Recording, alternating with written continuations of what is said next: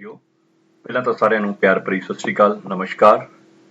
ਬੇਟਾ ਅੱਜ ਆਪਾਂ 10ਵੀਂ ਜਮਾਤ ਦੇ ਇਤਿਹਾਸ ਵਿੱਚੋਂ ਪਾਠ ਨੰਬਰ 4 ਗੁਰੂ ਅੰਗਦ ਦੇਵ ਜੀ ਤੋਂ ਗੁਰੂ ਤੇਗ ਬਹਾਦਰ ਜੀ ਤੱਕ ਸਿੱਖ ਗੁਰੂਆਂ ਦੇ ਯੋਗਦਾਨ ਬਾਰੇ ਪੜਾਂਗੇ। ਸੋ ਇਸ ਪਾਠ ਦੇ ਵਿੱਚ ਬੇਟਾ ਅੱਜ ਆਪਾਂ ਇਸ ਦਾ ਭਾਗ ਨੰਬਰ 2 ਪੜਾਂਗੇ, ਜਿਸ ਦੇ ਵਿੱਚ ਆਪਾਂ ਅੱਜ ਸ੍ਰੀ ਗੁਰੂ ਅਮਰਦਾਸ ਜੀ ਦੇ ਯੋਗਦਾਨ ਬਾਰੇ ਪੜਾਂਗੇ। ਇਸ ਪਾਠ ਦੇ ਵਿੱਚ ਆਪਾਂ ਸ੍ਰੀ ਗੁਰੂ ਅਮਰਦਾਸ ਜੀ ਦੀ ਜੀਵਨੀ ਤੇ ਉਹਨਾਂ ਦਾ ਸਿੱਖ ਧਰਮ ਵਾਸਤੇ ਕੀ ਉਹਨਾਂ ਨੇ ਯੋਗਦਾਨ ਪਾਇਆ ਉਸ ਦੇ ਬਾਰੇ ਪੜਾਂਗੇ। ਸੋ ਆਓ ਆਪਾਂ ਸ਼ੁਰੂ ਕਰਦੇ ਹਾਂ ਪਾਠ ਸ੍ਰੀ ਗੁਰੂ ਅਮਰਦਾਸ ਜੀ ਦਾ ਯੋਗਦਾਨ। ਸੋ ਪਿਆਰੇ ਬੱਚਿਓ, 1552 ਈਸਵੀ ਵਿੱਚ ਤੀਸਰੇ ਗੁਰੂ ਸ੍ਰੀ ਗੁਰੂ ਅਮਰਦਾਸ ਜੀ ਗੁਰਗੱਦੀ ਉੱਤੇ ਬੈਠੇ। ਇਸ ਵੇਲੇ ਉਹਨਾਂ ਦੀ ਉਮਰ 73 ਸਾਲਾਂ ਦੀ ਸੀ। ਬੇਟਾ ਇਹ ਸਭ ਤੋਂ ਵੱਧ ਉਮਰ ਵਾਲੇ ਗੁਰੂ ਸੀ ਜਿਹੜੇ ਗੁਰਗੱਦੀ ਦੇ ਉੱਤੇ ਵਿਰਾਜਮਾਨ ਹੋਏ ਸੀ, ਸਭ ਤੋਂ ਬਜ਼ੁਰਗ ਸੀਗੇ। 73 ਸਾਲ ਦੀ ਇਹਨਾਂ ਦੀ ਉਮਰ ਸੀ ਜਦੋਂ ਇਹ ਗੁਰਗੱਦੀ ਤੇ ਬੈਠੇ। ਭਾਵੇਂ ਉਹਨਾਂ ਨੂੰ ਕਈ ਔਕੜਾਂ ਦਾ ਸਾਹਮਣਾ ਕਰਨਾ ਪਿਆ, ਫਿਰ ਵੀ ਉਹ ਆਪਣੇ ਪੂਰਵ ਅਧਿਕਾਰੀਆਂ ਭਾਵ ਜਿਹੜੇ ਉਹਨਾਂ ਤੋਂ ਪਹਿਲਾਂ ਗੁਰੂ ਸ੍ਰੀ ਗੁਰੂ ਅੰਗਦ ਦੇਵ ਜੀ ਤੇ ਫਿਰ ਸ੍ਰੀ ਗੁਰੂ ਨਾਨਕ ਦੇਵ ਜੀ ਸੀਗੇ, ਉਹਨਾਂ ਦੁਆਰਾ ਸਥਾਪਿਤ ਕੀਤੀਆਂ ਗਈਆਂ ਸੰਸਥਾਵਾਂ ਨੂੰ ਸਥਿਰ ਅਤੇ ਸ਼ਕਤੀਸ਼ਾਲੀ ਬਣਾਇਆ। ਉਹਨਾਂ ਨੇ ਆਪਣੀਆਂ ਐਫਰਟਸ ਨਾਲ, ਆਪਣੀਆਂ ਕੋਸ਼ਿਸ਼ਾਂ ਦੇ ਨਾਲ ਉਹਨਾਂ ਸੰਸਥਾਵਾਂ ਨੂੰ ਉਹਨਾਂ ਨੇ ਹੋਰ ਸ਼ਕਤੀਸ਼ਾਲੀ ਬਣਾਇਆ। ਉਹਨਾਂ ਨੇ ਕਈ ਸ਼ਲਾਘਾਯੋਗ ਕਾਰਜ ਕੀਤੇ, ਜਿਨ੍ਹਾਂ ਦਾ ਵੇਰਵਾ ਆਪਾਂ ਅੱਗੇ ਦਿੱਤੇ ਇਸ ਪਾਠ ਦੇ ਵਿੱਚ ਪੜਾਂਗੇ। ਸੋ ਪਹਿਲਾਂ ਆਪਾਂ ਸ਼ੁਰੂ ਕਰਦੇ ਹਾਂ ਉਹਨਾਂ ਦੇ ਜਨਮ ਅਤੇ ਮਾਤਾ ਪਿਤਾ ਬਾਰੇ ਜਾਣਕਾਰੀ ਪ੍ਰਾਪਤ ਕਰਦੇ ਹਾਂ। ਆਪ ਜੀ ਦਾ ਜਨਮ 5 ਮਈ 1479 ਈਸਵੀ ਨੂੰ ਜ਼ਿਲ੍ਹਾ ਅੰਮ੍ਰਿਤਸਰ ਦੇ ਪਿੰਡ ਬਾਸਰੀਕੇ ਵਿਖੇ ਹੋਇਆ। ਆਪ ਜੀ ਦੇ ਪਿਤਾ ਦਾ ਨਾਮ ਤੇਜਭਾਨ ਸੀ, ਜੋ ਭੱਲਾ ਜਾਤੀ ਦੇ ਖੱਤਰੀ ਪਰਿਵਾਰ ਨਾਲ ਸੰਬੰਧ ਰੱਖਦੇ ਸਨ। ਸੋ ਬੇਟਾ ਇਹਨਾਂ ਦੀ ਮਾਤਾ ਦੇ ਨਾਮ ਵਾਸਤੇ ਵੱਖ-ਵੱਖ ਇਤਿਹਾਸਕਾਰਾਂ ਨੇ ਵੱਖ-ਵੱਖ ਕਿਤਾਬਾਂ 'ਚ ਵੱਖ-ਵੱਖ ਨਾਮ ਲਿਖੇ ਨੇ। ਸੋ ਉਹਨਾਂ ਵਿੱਚ ਮਤਭੇਦ ਪਾਇਆ ਜਾਂਦਾ, ਜਿਵੇਂ ਵੱਖ-ਵੱਖ ਗ੍ਰੰਥਾਂ ਦੇ ਵਿੱਚ ਇਹਨਾਂ ਦੀ ਮਾਤਾ ਦਾ ਨਾਮ ਕੁਝ ਗ੍ਰੰਥਾਂ ਦੇ ਵਿੱਚ ਲక్ష్ਮੀ ਲਿਖਿਆ ਹੈ, ਇੱਕ ਰੂਪ ਕੌਰ ਵੀ ਆਉਂਦਾ ਹੈ, ਭਗਤ ਕੌਰ ਵੀ ਆਉਂਦਾ ਹੈ ਤੇ ਕਈਆਂ ਦੇ ਵਿੱਚ ਸੁਲੱਖਣੀ ਵੀ ਲਿਖਿਆ। ਸੋ ਵੱਖ-ਵੱਖ ਥਾਵਾਂ ਤੇ ਇਤਿਹਾਸਕਾਰ ਇਹਨਾਂ ਦੀ ਮਾਤਾ ਦੇ ਨਾਮ ਨਾਲ ਵਕਫਾ ਪਾਉਂਦੇ ਨੇ ਤੇ ਇਹ ਸਾਰੇ ਨਾਮ ਵੱਖ-ਵੱਖ ਕਿਤਾਬਾਂ ਦੇ ਵਿੱਚ ਮੈਂਸ਼ਨ ਹਨ। ਸੋ ਬਚਪਨ ਅਤੇ ਵਿਆਹ ਬਾਰੇ ਜੇ ਆਪਾਂ ਗੱਲ ਕਰੀਏ, ਗੁਰੂ ਅਮਰਦਾਸ ਜੀ ਬਚਪਨ ਤੋਂ ਹੀ ਬੜੇ ਧਾਰਮਿਕ ਵਿਚਾਰਾਂ ਵਾਲੇ ਵਿਅਕਤੀ ਸਨ। ਬਚਪਨ ਤੋਂ ਹੀ ਇਹਨਾਂ ਦੇ ਪ੍ਰਮਾਤਮਾ ਕੰਨੀ ਇੱਕ ਲਿਵ ਲੱਗੀ ਵੀ ਸੀ, ਪ੍ਰਮਾਤਮਾ ਦੇ ਨਾਮ ਜਪਣਾ, ਉਹਦੇ ਵਿੱਚ ਇਹ ਬਹੁਤ ਹੀ ਡੁੱਬੇ ਰਹਿੰਦੇ ਸਨ। ਤੇ ਜਿਵੇਂ ਇਹਨਾਂ ਦੇ ਮਾਤਾ ਪਿਤਾ ਬੇਟਾ ਵੈਸ਼ਨਵ ਮਤ ਨੂੰ ਮੰਨਦੇ ਸੀ, ਸੋ ਗੁਰੂ ਅਮਰਦਾਸ ਜੀ ਵੀ ਆਪਣੇ ਮਾਤਾ ਪਿਤਾ ਨੂੰ ਫੋਲੋ ਕਰਦੇ ਹੋਏ ਵੈਸ਼ਨਵ ਮਤ ਦੇ ਅਨੁਆਈ ਸਨ। ਆਪ ਜੀ ਹਰ ਸਾਲ ਹਰਿਦੁਆਰ ਵਿਖੇ ਗੰਗਾ ਇਸ਼ਨਾਨ ਕਰਨ ਲਈ ਜਾਇਆ ਕਰਦੇ ਸਨ। ਸੋ 24 ਸਾਲਾਂ ਦੀ ਉਮਰ ਵਿੱਚ ਆਪ ਜੀ ਦਾ ਵਿਆਹ ਦੇਵੀ ਚੰਦ ਦੀ ਸੁਪੁੱਤਰੀ ਮਨਸਾ ਦੇਵੀ ਜੀ ਨਾਲ ਕਰ ਦਿੱਤਾ ਗਿਆ। ਆਪ ਜੀ ਦੇ ਘਰ 2 ਪੁੱਤਰਾਂ ਬਾਬਾ ਮੋਹਨ ਅਤੇ ਬਾਬਾ ਮੋਹਰੀ ਇਹਨਾਂ ਨੇ ਜਨਮ ਲਿਆ ਅਤੇ 2 ਧੀਆਂ ਵੀ ਹੋਈਆਂ, ਜਿਨ੍ਹਾਂ ਦਾ ਨਾਮ ਬੀਬੀ ਦਾਨੀ ਅਤੇ ਬੀਬੀ ਭਾਨੀ ਸੀ। ਸੋ ਇਹ ਆਪਦੇ ਪਰਿਵਾਰ ਸੀ। ਬਚਪਨ ਬਾਰੇ ਇਸ ਤੋਂ ਸਾਨੂੰ ਜਾਣਕਾਰੀ ਪ੍ਰਾਪਤ ਹੋਈ। ਹੁਣ ਆਪਾਂ ਗੱਲ ਕਰਦੇ ਹਾਂ ਗੁਰਾਏ ਦੀ ਪ੍ਰਾਪਤੀ। ਅਮਰਦਾਸ ਜੀ ਗੁਰੂ ਅੰਗਦ ਦੇਵ ਜੀ ਦੇ ਸਿੱਖ ਬਣਨ ਤੋਂ ਬਾਅਦ ਖਡੂਰ ਸਾਹਿਬ ਵਿਖੇ ਉਹਨਾਂ ਦੇ ਚਰਨਾਂ ਵਿੱਚ ਹੀ ਰਹਿਣ ਲੱਗ ਪਏ। ਬੇਟਾ ਸ੍ਰੀ ਗੁਰੂ ਅਮਰਦਾਸ ਜੀ ਅੰਗਦ ਦੇਵ ਜੀ ਦੀ ਬਾਣੀ ਤੋਂ ਬੜੇ ਪ੍ਰਭਾਵਿਤ ਹੋਏ ਸੀ। ਉਹਨਾਂ ਦੇ ਵਿਚਾਰਾਂ ਨੂੰ ਸੁਣ ਕੇ ਉਹਨਾਂ ਦੇ ਸਿੱਖ ਬਣ ਗਏ। ਉਹਨਾਂ ਦੇ ਸਿੱਖ ਬਣਨ ਤੋਂ ਬਾਅਦ ਉਹਨਾਂ ਦੇ ਕੋਲ ਹੀ ਗੁਰੂ ਘਰ ਖਡੂਰ ਸਾਹਿਬ ਵਿਖੇ ਰਹਿਣ ਲੱਗੇ ਤੇ ਉਹਨਾਂ ਦੀ ਸੇਵਾ ਕਰਨ ਲੱਗ ਪਏ। ਅਮਰਦਾਸ ਜੀ ਗੁਰੂ ਅੰਗਦ ਦੇਵ ਜੀ ਦੇ ਇਸ਼ਨਾਨ ਲਈ 3 ਮੀਲ ਦੇ ਫਾਸਲੇ ਤੋਂ ਵਿਆਸ ਦਰਿਆ ਚੋਂ ਪਾਣੀ ਘੜਾ ਭਰ ਕੇ ਆਪਣੇ ਸਿਰ ਤੇ ਚੁੱਕ ਕੇ ਲਿਆਉਂਦੇ ਸਨ। ਬੇਟਾ ਇਹ ਇਤਿਹਾਸ ਦੇ ਵਿੱਚ ਬੜੀ ਅਹਿਮ ਘਟਨਾ ਆਉਂਦੀ ਹੈ ਵੀ ਦੱਸਿਆ ਗਿਆ ਸੀ ਵੀ ਸ੍ਰੀ ਗੁਰੂ ਅਮਰਦਾਸ ਜੀ ਅੰਗਦ ਦੇਵ ਜੀ ਦੇ ਇਸ਼ਨਾਨ ਕਰਨ ਵਾਸਤੇ ਉਸ ਗੁਰੂ ਘਰ ਤੋਂ 3 ਕਿਲੋਮੀਟਰ ਦੂਰ ਬਿਆਸ ਦਰਿਆ ਸੀ, ਉੱਥੋਂ ਹਰ ਰੋਜ਼ ਸਵੇਰੇ ਪਾਣੀ ਦਾ ਘੜਾ ਭਰ ਕੇ ਆਪਣੇ ਸਿਰ ਤੇ ਲੈ ਕੇ ਆਉਂਦੇ ਸਨ। ਇਸ ਤੋਂ ਇਲਾਵਾ ਅਮਰਦਾਸ ਜੀ ਗੁਰੂ ਘਰ ਵਿੱਚ ਆਈਆਂ ਸੰਗਤਾਂ ਅਤੇ ਲੰਗਰ ਦੀ ਤਨੋਂ ਮਨੋਂ ਸੇਵਾ ਕਰਦੇ ਸਨ। ਬੇਟਾ ਗੁਰੂ ਘਰ ਦੇ ਵਿੱਚ ਹੀ ਰਹਿੰਦੇ ਸੀ, ਉੱਥੇ ਸੰਗਤਾਂ ਦੀ ਸੇਵਾ ਕਰਨਾ, ਲੰਗਰ ਛਕਾਉਣਾ, ਹੋਰ ਸਾਰੇ ਗੁਰੂ ਘਰ ਦੇ ਕਾਰਜ ਬੜੇ ਹੀ ਮਨ ਲਾ ਕੇ ਬੜੇ ਹੀ ਚਾਅ ਨਾਲ ਕਰਦੇ ਸੀ। ਸੋ ਇਸੇ ਤਰ੍ਹਾਂ ਇੱਕ ਵਾਰ 1552 ਈਸਵੀ ਦੀ ਜਨਵਰੀ ਮਹੀਨੇ ਦੀ ਗੱਲ ਹੈ ਕਿ ਅਮਰਦਾਸ ਜੀ ਹਮੇਸ਼ਾ ਦੀ ਤਰ੍ਹਾਂ ਬਿਆਸ ਤੋਂ ਪਾਣੀ ਦਾ ਘੜਾ ਲੈ ਕੇ ਵਾਪਸ ਮੁੜ ਰਹੇ ਸਨ। ਸਵੇਰ ਦਾ ਵੇਲਾ ਸੀ, ਹਨੇਰਾ ਸੀ, ਉਹ ਉੱਥੋਂ ਘੜਾ ਲੈ ਕੇ ਆ ਰਹੇ ਸੀ ਪਾਣੀ ਦਾ ਭਰ ਕੇ ਸ੍ਰੀ ਗੁਰੂ ਅੰਗਦ ਦੇਵ ਜੀ ਵਾਸਤੇ। ਹਨੇਰਾ ਹੋਣ ਕਾਰਨ ਅਮਰਦਾਸ ਜੀ ਨੂੰ ਠੁੱਡਾ ਲੱਗਿਆ, ਪੈਰ ਕਿਸੇ ਥਾਂ ਤੇ ਅੜਕ ਗਿਆ ਤੇ ਉਹ ਡਿੱਗ ਪਏ। ਕੋਲੇ ਹੀ ਬੇਟਾ ਪਿੰਡਾਂ ਦੇ ਵਿੱਚ ਇੱਕ ਜੁਲਾਹੇ ਦਾ ਘਰ ਸੀ। ਖੜਾਕ ਦੀ ਜਦੋਂ ਆਵਾਜ਼ ਆਈ ਤਾਂ ਜੁਲਾਹੇ ਨੇ ਪੁੱਛਿਆ ਵੀ ਕੀ ਹੋਇਆ, ਕੌਣ ਸੀ? ਉਸੇ ਸਮੇਂ ਵਿਚਾਰੀ ਉਹਦੀ ਘਰ ਵਾਲੀ ਜੁਲਾਈ ਉੱਠੀ ਸੀ ਤਾਂ ਉਹਨੇ ਕਿਹਾ ਵੀ ਹੋਰ ਕਿਹਨੇ ਹੋਣਾ, ਜ਼ਰੂਰ ਹੀ ਅਮਰੂ ਨਿਥਾਵਾਂ ਹੋਵੇਗਾ, ਕਿਉਂਕਿ ਰੂਟੀਨ 'ਚ ਬੇਟਾ ਗੁਰੂ ਜੀ ਅਮਰਦਾਸ ਜੀ ਉਹਨਾਂ ਵਾਸਤੇ ਉਸੇ ਰਸਤੇ ਤੋਂ ਪਾਣੀ ਬਿਆਸ ਦੇ ਰਾਹ ਤੋਂ ਭਰ ਕੇ ਲਿਆਉਂਦੇ ਸੀ। ਤਾਂ ਉਹ ਜਦੋਂ ਉਹਨਾਂ ਨੇ ਬਾਹਰ ਆਵਾਜ਼ ਸੁਣੀ ਤਾਂ ਉਹਨਾਂ ਨੇ ਕਿਹਾ ਵੀ ਹੋਰ ਕੌਣ ਹੋਣਾ ਹੈ, ਅਮਰੂ ਨਿਥਾਵਾਂ ਹੀ ਹੋਵੇਗਾ। ਸੋ ਹੌਲੀ ਹੌਲੀ ਹੌਲੀ ਹੌਲੀ ਇਹ ਗੱਲ ਕਰਦੀ ਕਰਦੀ ਗੁਰੂ ਅੰਗਦ ਦੇਵ ਜੀ ਤੱਕ ਪਹੁੰਚੀ। ਉਹਨਾਂ ਨੇ ਅਮਰਦਾਸ ਜੀ ਨੂੰ ਬੁਲਾਇਆ, ਉਹਨੂੰ ਸਨਮਾਨ ਕੀਤਾ, ਉਹਨਾਂ ਨੂੰ ਸ਼ਾਬਾਸ਼ ਦਿੱਤੀ ਤੇ ਕਿਹਾ ਅੱਜ ਤੋਂ ਅਮਰਦਾਸ ਨਿਥਾਵਾਂ ਨਹੀਂ ਹੋਵੇਗਾ, ਸਗੋਂ ਨਿਥਾਵਿਆਂ ਨੂੰ ਥਾਂ ਦੇਵੇਗਾ। ਸੋ ਇਸ ਤਰ੍ਹਾਂ ਗੁਰੂ ਅੰਗਦ ਦੇਵ ਜੀ ਨੇ ਗੁਰੂ ਅਮਰਦਾਸ ਜੀ ਨੂੰ ਗੁਰਗੱਦੀ ਦੇਣ ਕਰਨੀ ਪਹਿਲਾ ਕਦਮ ਪੁੱਟਿਆ। 16 ਮਾਰਚ 1552 ਈਸਵੀ ਨੂੰ ਗੁਰੂ ਅੰਗਦ ਦੇਵ ਜੀ ਨੇ ਸਿੱਖ ਰਵਾਇਤਾਂ ਅਨੁਸਾਰ ਅਮਰਦਾਸ ਜੀ ਅੱਗੇ ਇੱਕ ਨਾਰੀਅਲ ਤੇ 5 ਪੈਸੇ ਰੱਖ ਕੇ ਆਪਣਾ ਸੀਸ ਨਵਾਇਆ। ਬੇਟਾ ਪਹਿਲਾਂ ਵੀ ਇਹ ਆਪਾਂ ਪੜ੍ਹਿਆ ਸੀ ਨਾ ਵੀ ਗੁਰੂ ਜੀ ਨੂੰ ਗੁਰਗੱਦੀ ਕਿਵੇਂ ਪ੍ਰਦਾਨ ਦਿੱਤੀ ਗਈ, ਉਸੇ ਤਰ੍ਹਾਂ ਸ੍ਰੀ ਗੁਰੂ ਅੰਗਦ ਦੇਵ ਜੀ ਨੇ ਅਮਰਦਾਸ ਜੀ ਨਾਲ ਵੀ ਇਹੀ ਕੀਤਾ ਵੀ ਉਹਨਾਂ ਦੇ ਅੱਗੇ ਇੱਕ ਨਾਰੀਅਲ ਰੱਖਿਆ, 5 ਪੈਸੇ ਰੱਖ ਕੇ ਆਪਣਾ ਸ਼ੀਸ਼ ਨਵਾਇਆ ਤੇ ਉਹਨਾਂ ਨੂੰ ਗੁਰੂ ਸਵੀਕਾਰ ਕੀਤਾ। ਇਸ ਤਰ੍ਹਾਂ ਸ੍ਰੀ ਗੁਰੂ ਅਮਰਦਾਸ ਜੀ 73 ਵਰ੍ਹਿਆਂ ਦੀ ਉਮਰ ਵਿੱਚ ਸਿੱਖਾਂ ਦੇ ਤੀਸਰੇ ਗੁਰੂ ਬਣੇ। ਸੋ ਇਹਨਾਂ ਦੀ ਉਮਰ ਬੇਟਾ ਜਦੋਂ ਇਹ ਗੁਰਗੱਦੀ ਦੇ ਬੈਠੇ 73 ਸਾਲ ਸੀ, ਇਹ ਯਾਦ ਰੱਖਣਾ ਹੈ। ਪਹਿਲਾਂ ਵੀ ਮੈਂ ਤੁਹਾਨੂੰ ਦੱਸਿਆ ਸੀ ਸਭ ਤੋਂ ਵੱਧ ਉਮਰ ਦੇ ਗੁਰੂ ਸੀ ਜੋ ਗੁਰਗੱਦੀ ਦੇ ਉੱਤੇ ਵਿਰਾਜਮਾਨ ਹੋਏ ਸੀ।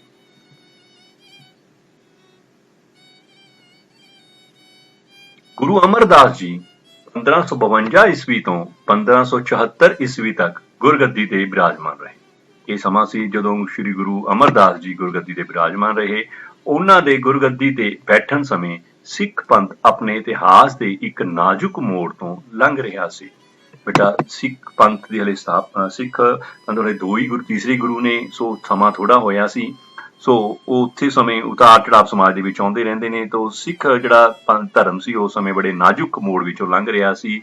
ਗੁਰੂ ਅਮਰਦਾਸ ਜੀ ਨੇ ਆਪਣੇ ਦ੍ਰਿੜ ਇਰਾਦੇ ਅਤੇ ਕਾਰਜਾਂ ਸਦਕਾ ਸਿੱਖ ਪੰਥ ਦੀਆਂ ਨੀਹਾਂ ਨੂੰ ਮਜ਼ਬੂਤ ਕਰਨ ਵਿੱਚ ਕਾਫੀ ਹੱਦ ਤੱਕ ਸਫਲ ਰਹੇ। ਉਹਨਾਂ ਨੇ ਆਪਣੀਆਂ ਐਫਰਟਸ ਬਹੁਤ ਕੀਤੀਆਂ, ਬਹੁਤ ਕੋਸ਼ਿਸ਼ ਕੀਤੀ, ਇਰਾਦੇ ਮਜ਼ਬੂਤ ਸੀ, ਕਾਰਜ ਉਹ ਸਿਦਕ ਨਾਲ ਕੰਮ ਕਰਦੇ ਸੀ, ਭਗਤੀ ਦੇ ਵਿੱਚ ਵਿਸ਼ਵਾਸ ਰੱਖਦੇ ਸੀ, ਲੋਕਾਂ ਦੀ ਸੇਵਾ ਕਰਨ ਦੇ ਵਿੱਚ ਵਿਸ਼ਵਾਸ ਰੱਖਦੇ ਸੀ। ਸੋ ਉਹਨਾਂ ਦੀ ਇਹ ਸਾਰੇ ਯਤਨਾਂ ਸਦਕਾ ਸਿੱਖ ਧਰਮ ਦੀਆਂ ਜਿਹੜੀਆਂ ਨੀਹਾਂ ਸੀ ਉਹ ਬਹੁਤ ਹੱਦ ਤੱਕ ਸ੍ਰੀ ਗੁਰੂ ਅਮਰਦਾਸ ਜੀ ਨੇ ਮਜ਼ਬੂਤ ਕੀਤੀਆਂ, ਬਹੁਤ ਉਹਨਾਂ ਨੇ ਆਪਣਾ ਯੋਗਦਾਨ ਪਾਇਆ। ਗੁਰੂ ਅਮਰਦਾਸ ਜੀ ਦਾ ਯੋਗਦਾਨ ਇਸਦੇ ਵੇਰਵੇ ਵੀ ਆਪਾਂ ਪੜ੍ਹਦੇ ਹਾਂ। ਪਹਿਲਾ ਗੱਲ ਆਉਂਦੀ ਹੈ ਗੋਇੰਦਵਾਲ ਵਿਖੇ ਬੌਲੀ ਦਾ ਨਿਰਮਾਣ। ਬੇਟਾ ਆਪਾਂ ਯਾਦ ਹੈ ਤੁਹਾਡੇ ਕੀਤਾ ਹੋਵੇ ਸ੍ਰੀ ਗੁਰੂ ਅੰਗਦ ਦੇਵ ਜੀ ਨੇ ਬੌਲੀ ਕੀ ਹੁੰਦੀ ਹੈ ਪਹਿਲਾਂ ਤਾਂ ਇਹ ਦੇਖੋ, ਕਹਿੰਦਾ ਜਲ ਦਾ ਸਰੋਤ। ਇੱਕ ਜਲ ਦਾ ਸਰੋਤ ਹੁੰਦਾ ਤੋਂ ਪੀਣ ਵਾਲਾ ਪਾਣੀ ਵੀ ਮਿਲਦਾ ਹੈ, ਇਸ਼ਨਾਨ ਕਰਨ ਵਾਸਤੇ ਵੀ ਪਾਣੀ ਮਿਲਦਾ ਹੈ। ਪੁਰਾਣੇ ਸਮੇਂ ਵਿੱਚ ਪਾਣੀ ਦੇ ਸਰੋਤ ਬਹੁਤ ਘੱਟ ਸੀ, ਸੋ ਇਹ ਬੌਲੀਆਂ ਬਣਵਾਈਆਂ ਜਾਂਦੀਆਂ ਸੀ। ਆਪਣੇ ਯਾਦ ਹੋਵੇ ਤੁਹਾਡੇ ਗੋਇੰਦਵਾਲ ਵਿਖੇ ਬੌਲੀ ਦਾ ਨਿਰਮਾਣ ਜਿਹੜਾ ਨੀਂਹ ਪੱਥਰ ਸੀ ਉਹ ਸ੍ਰੀ ਗੁਰੂ ਅੰਗਦ ਦੇਵ ਜੀ ਨੇ ਰੱਖਿਆ ਸੀ। ਤੇ ਉਹ ਬੌਲੀ ਨਿਰਮਾਣ ਦੀ ਜ਼ਿੰਮੇਵਾਰੀ ਕਿਹਨੂੰ ਦਿੱਤੀ ਸੀ? ਗੁਰੂ ਅਮਰਦਾਸ ਜੀ ਨੂੰ। ਇਹਦੇ ਕੋਈ ਬੌਲੀ ਦਾ ਨਿਰਮਾਣ ਪੁੱਟੀ ਜਾ ਰਹੀ ਹੈ, ਟੋਆ ਪੁੱਟ ਕੇ ਉਹਦੇ ਵਿੱਚ ਬੌਲੀ ਬਣਾਈ ਜਾਊਗੀ, ਇਹ ਉਸਦਾ ਕਾਰਜ ਅਮਰਦਾਸ ਜੀ ਦੇ ਹਵਾਲੇ ਕੀਤਾ ਗਿਆ ਸੀ। ਗੁਰੂ ਅੰਗਦ ਦੇਵ ਜੀ ਦੁਆਰਾ ਗੋਇੰਦਵਾਲ ਵਿਖੇ ਬੌਲੀ ਦੇ ਨੀਂਹ ਰੱਖੀ ਗਈ ਸੀ। ਆਪਾਂ ਨੂੰ ਪਤਾ ਹੈ ਵੀ ਉੱਥੋਂ ਦੀ ਬੌਲੀ ਦੀ ਨੀਂਹ ਕਿਹਨੇ ਰੱਖੀ ਸੀ? ਦੂਜੇ ਗੁਰੂ ਸ੍ਰੀ ਗੁਰੂ ਅੰਗਦ ਦੇਵ ਜੀ ਦੁਆਰਾ ਰੱਖੀ ਗਈ ਸੀ। ਇਹ ਦੇਖੋ ਗੁਰਦੁਆਰਾ ਬੌਲੀ ਸਾਹਿਬ, ਇਹ ਬੇਟਾ ਉੱਥੇ ਹੈ ਨਾ, ਉੱਥੇ ਜਿੱਥੇ ਇਹ ਬੌਲੀ ਬਣੀ ਵੀ ਆ ਉੱਥੇ ਸਾਰਾ ਇਹ ਲਿਖਿਆ ਵਾ, ਉੱਥੇ ਬੋਰਡ ਲੱਗਿਆ ਵਾ। ਇਹ ਪਹਿਲਾ ਮਹਾਨ ਸਿੱਖ ਤੀਰਥ ਹੈ ਜੋ ਸ੍ਰੀ ਗੁਰੂ ਅਮਰਦਾਸ ਜੀ ਨੇ ਸੰਮਤ 1616 ਵਿੱਚ ਆਪ ਤਿਆਰ ਕਰਵਾਇਆ ਤੇ ਵਰ ਦਿੱਤਾ, ਨਾਲ ਉਹਨੇ ਵਰਦਾਨ ਵੀ ਦਿੱਤਾ ਕਿ ਜੋ ਮਾਈ ਭਾਈ ਸ਼ੁੱਧ ਹਿਰਦੇ ਨਾਲ ਬੌਲੀ ਸਾਹਿਬ ਵਿਖੇ ਸ੍ਰੀ ਜਪੂ ਜੀ ਸਾਹਿਬ ਦੇ 84 ਪਾਠ ਤੇ ਇਸ਼ਨਾਨ ਕਰੇਗਾ ਉਸ ਦੀ 84 ਕੱਟੀ ਜਾਵੇਗੀ। ਸੋ ਬੇਟਾ ਉੱਥੋਂ ਦਾ ਵਰਦਾਨ ਹੈ ਇਹ, ਸ੍ਰੀ ਗੁਰੂ ਅਮਰਦਾਸ ਜੀ ਨੇ ਵਰਦਾਨ ਦਿੱਤਾ ਸੀ। ਦੇਖੋ ਇਹ ਬੌਲੀ ਦੀ ਪਿਕਚਰ ਹੈ, ਪੁਰਾਣੀ ਇੱਕ ਤਸਵੀਰ ਹੈ ਜਿਹੜੀ ਸਾਹਮਣੇ ਤੁਸੀਂ ਦੇਖ ਸਕਦੇ ਹੋ। ਉੱਪਰ ਪੌੜੀਆਂ ਜਾ ਰਹੀਆਂ ਨੇ, ਇਹ ਪੌੜੀਆਂ ਦੀ ਗਿਣਤੀ ਹੈ, ਇਹ ਵੀ ਬੜੀ ਇਤਿਹਾਸ ਦੇ ਵਿੱਚ ਮੈਂਸ਼ਨ ਹੁੰਦੀ ਹੈ। ਤੋ ਗੁਰੂ ਅਮਰਦਾਸ ਜੀ ਨੇ ਗੋਇੰਦਵਾਲ ਦੀ ਬੌਲੀ ਦਾ ਨਿਰਮਾਣ ਦਾ ਕਾਰਜ 1559 ਈਸਵੀ ਵਿੱਚ ਪੂਰਾ ਕਰਵਾਇਆ। ਸ੍ਰੀ ਗੁਰੂ ਅੰਗਦ ਦੇਵ ਜੀ ਨੇ ਸੌਂਪਿਆ ਸੀ ਤਾਂ ਹੌਲੀ ਹੌਲੀ ਕਾਰਜ 1559 ਈਸਵੀ ਦੇ ਵਿੱਚ ਇਹ ਕਾਰਜ ਸ੍ਰੀ ਗੁਰੂ ਅਮਰਦਾਸ ਜੀ ਨੇ ਪੂਰਾ ਕਰਵਾਇਆ। ਗੁਰੂ ਅਮਰਦਾਸ ਜੀ ਦੁਆਰਾ ਇਹ 1559 ਦੀ ਗੱਲ ਕਰ ਲਈ ਵੀ ਇਹ ਪੂਰਾ ਕਰਵਾਇਆ ਗਿਆ ਕਾਰਜ। ਇਸ ਤੋਂ ਉਪਰੰਤ ਆਪਾਂ ਬੌਲੀ ਬਾਰੇ ਜਾਣਕਾਰੀ ਪ੍ਰਾਪਤ ਕਰਦੇ ਹਾਂ। ਇਸ ਬੌਲੀ ਦੀਆਂ ਬੇਟਾ 84 ਪੌੜੀਆਂ ਬਣਵਾਈਆਂ ਗਈਆਂ। ਬਹੁਤ ਇੰਪੋਰਟੈਂਟ ਹੈ ਵੀ ਜਿਹੜੀ ਖਡੂਰ ਸਾਹਿਬ ਦੀ ਬੌਲੀ ਹੈ ਉਸ ਦੀਆਂ ਕਿੰਨੀਆਂ ਪੌੜੀਆਂ ਨੇ, ਗੋਇੰਦਵਾਲ ਵਿਖੇ ਜਿਹੜੀ ਬੌਲੀ ਹੈ ਉਸ ਦੀਆਂ ਕਿੰਨੀਆਂ ਪੌੜੀਆਂ ਨੇ? 84 ਪੌੜੀਆਂ ਨੇ। ਇਹਨੂੰ 84 ਪੌੜੀਆਂ ਨੂੰ ਫਿਰ 84 ਚੂਨੀਆਂ ਨਾਲ ਜੋੜਿਆ ਗਿਆ। श्री गुरु अमरदास जी ने वचन किया कि जेकर कोई हर पौड़ी ते सच्चे मन नाल श्री जपू जी साहब का पाठ करेगा ते 84ਵੀਂ पौड़ी ते स्नान करेगा तां उस दी 84 ਕੱਟੀ ਜਾਵੇਗੀ। बेटा ਇਹ वरदान दिता सी श्री गुरु अमरदास जी ने। बौली ਦੇ ਨਿਰਮਾਣ ਦੇ ਨਾਲ ਜਿੱਥੇ ਸਾਫ਼ ਸੁਥਰਾ ਪਾਣੀ ਮਿਲਣ ਲੱਗਾ ਉੱਥੇ ਸਿੱਖਾਂ ਨੂੰ ਇੱਕ ਸੁਤੰਤਰ ਤੀਰਥ ਸਥਾਨ ਵੀ ਪ੍ਰਾਪਤ ਹੋਇਆ। ਹੁਣ ਦੂਰੋਂ ਦੂਰੋਂ ਸਿੱਖ बेटा ਇੱਥੇ ਗੋਇੰਦਵਾਲ ਵਿਖੇ ਆਉਣ ਲੱਗੇ ਤੇ ਸਿੱਖਾਂ ਦੇ ਵਿੱਚ ਗਿਣਤੀ ਦੇ ਵਿੱਚ ਬਹੁਤ ਇਜ਼ਾਫਾ ਹੋਇਆ। ਆਪਾਂ ਗੱਲ ਕਰਦੇ ਹਾਂ ਲੰਗਰ ਸੰਸਥਾ ਦਾ ਵਿਸਤਾਰ। ਸ੍ਰੀ ਗੁਰੂ ਨਾਨਕ ਦੇਵ ਜੀ ਨੇ ਲੰਗਰ ਪ੍ਰਥਾ ਚਲਾਈ ਸੀ, ਫਿਰ ਉਸ ਤੋਂ ਮਗਰੋਂ ਉਹਦੇ ਵਿੱਚ ਵਾਧਾ ਸ੍ਰੀ ਗੁਰੂ ਅੰਗਦ ਦੇਵ ਜੀ ਨੇ ਕੀਤਾ ਤਾਂ ਉਸ ਸੰਸਥਾ ਨੂੰ ਹੋਰ ਅੱਗੇ ਪ੍ਰਫੁੱਲਤ ਕੀਤਾ ਤੀਸਰੇ ਗੁਰੂ ਸ੍ਰੀ ਗੁਰੂ ਅਮਰਦਾਸ ਜੀ।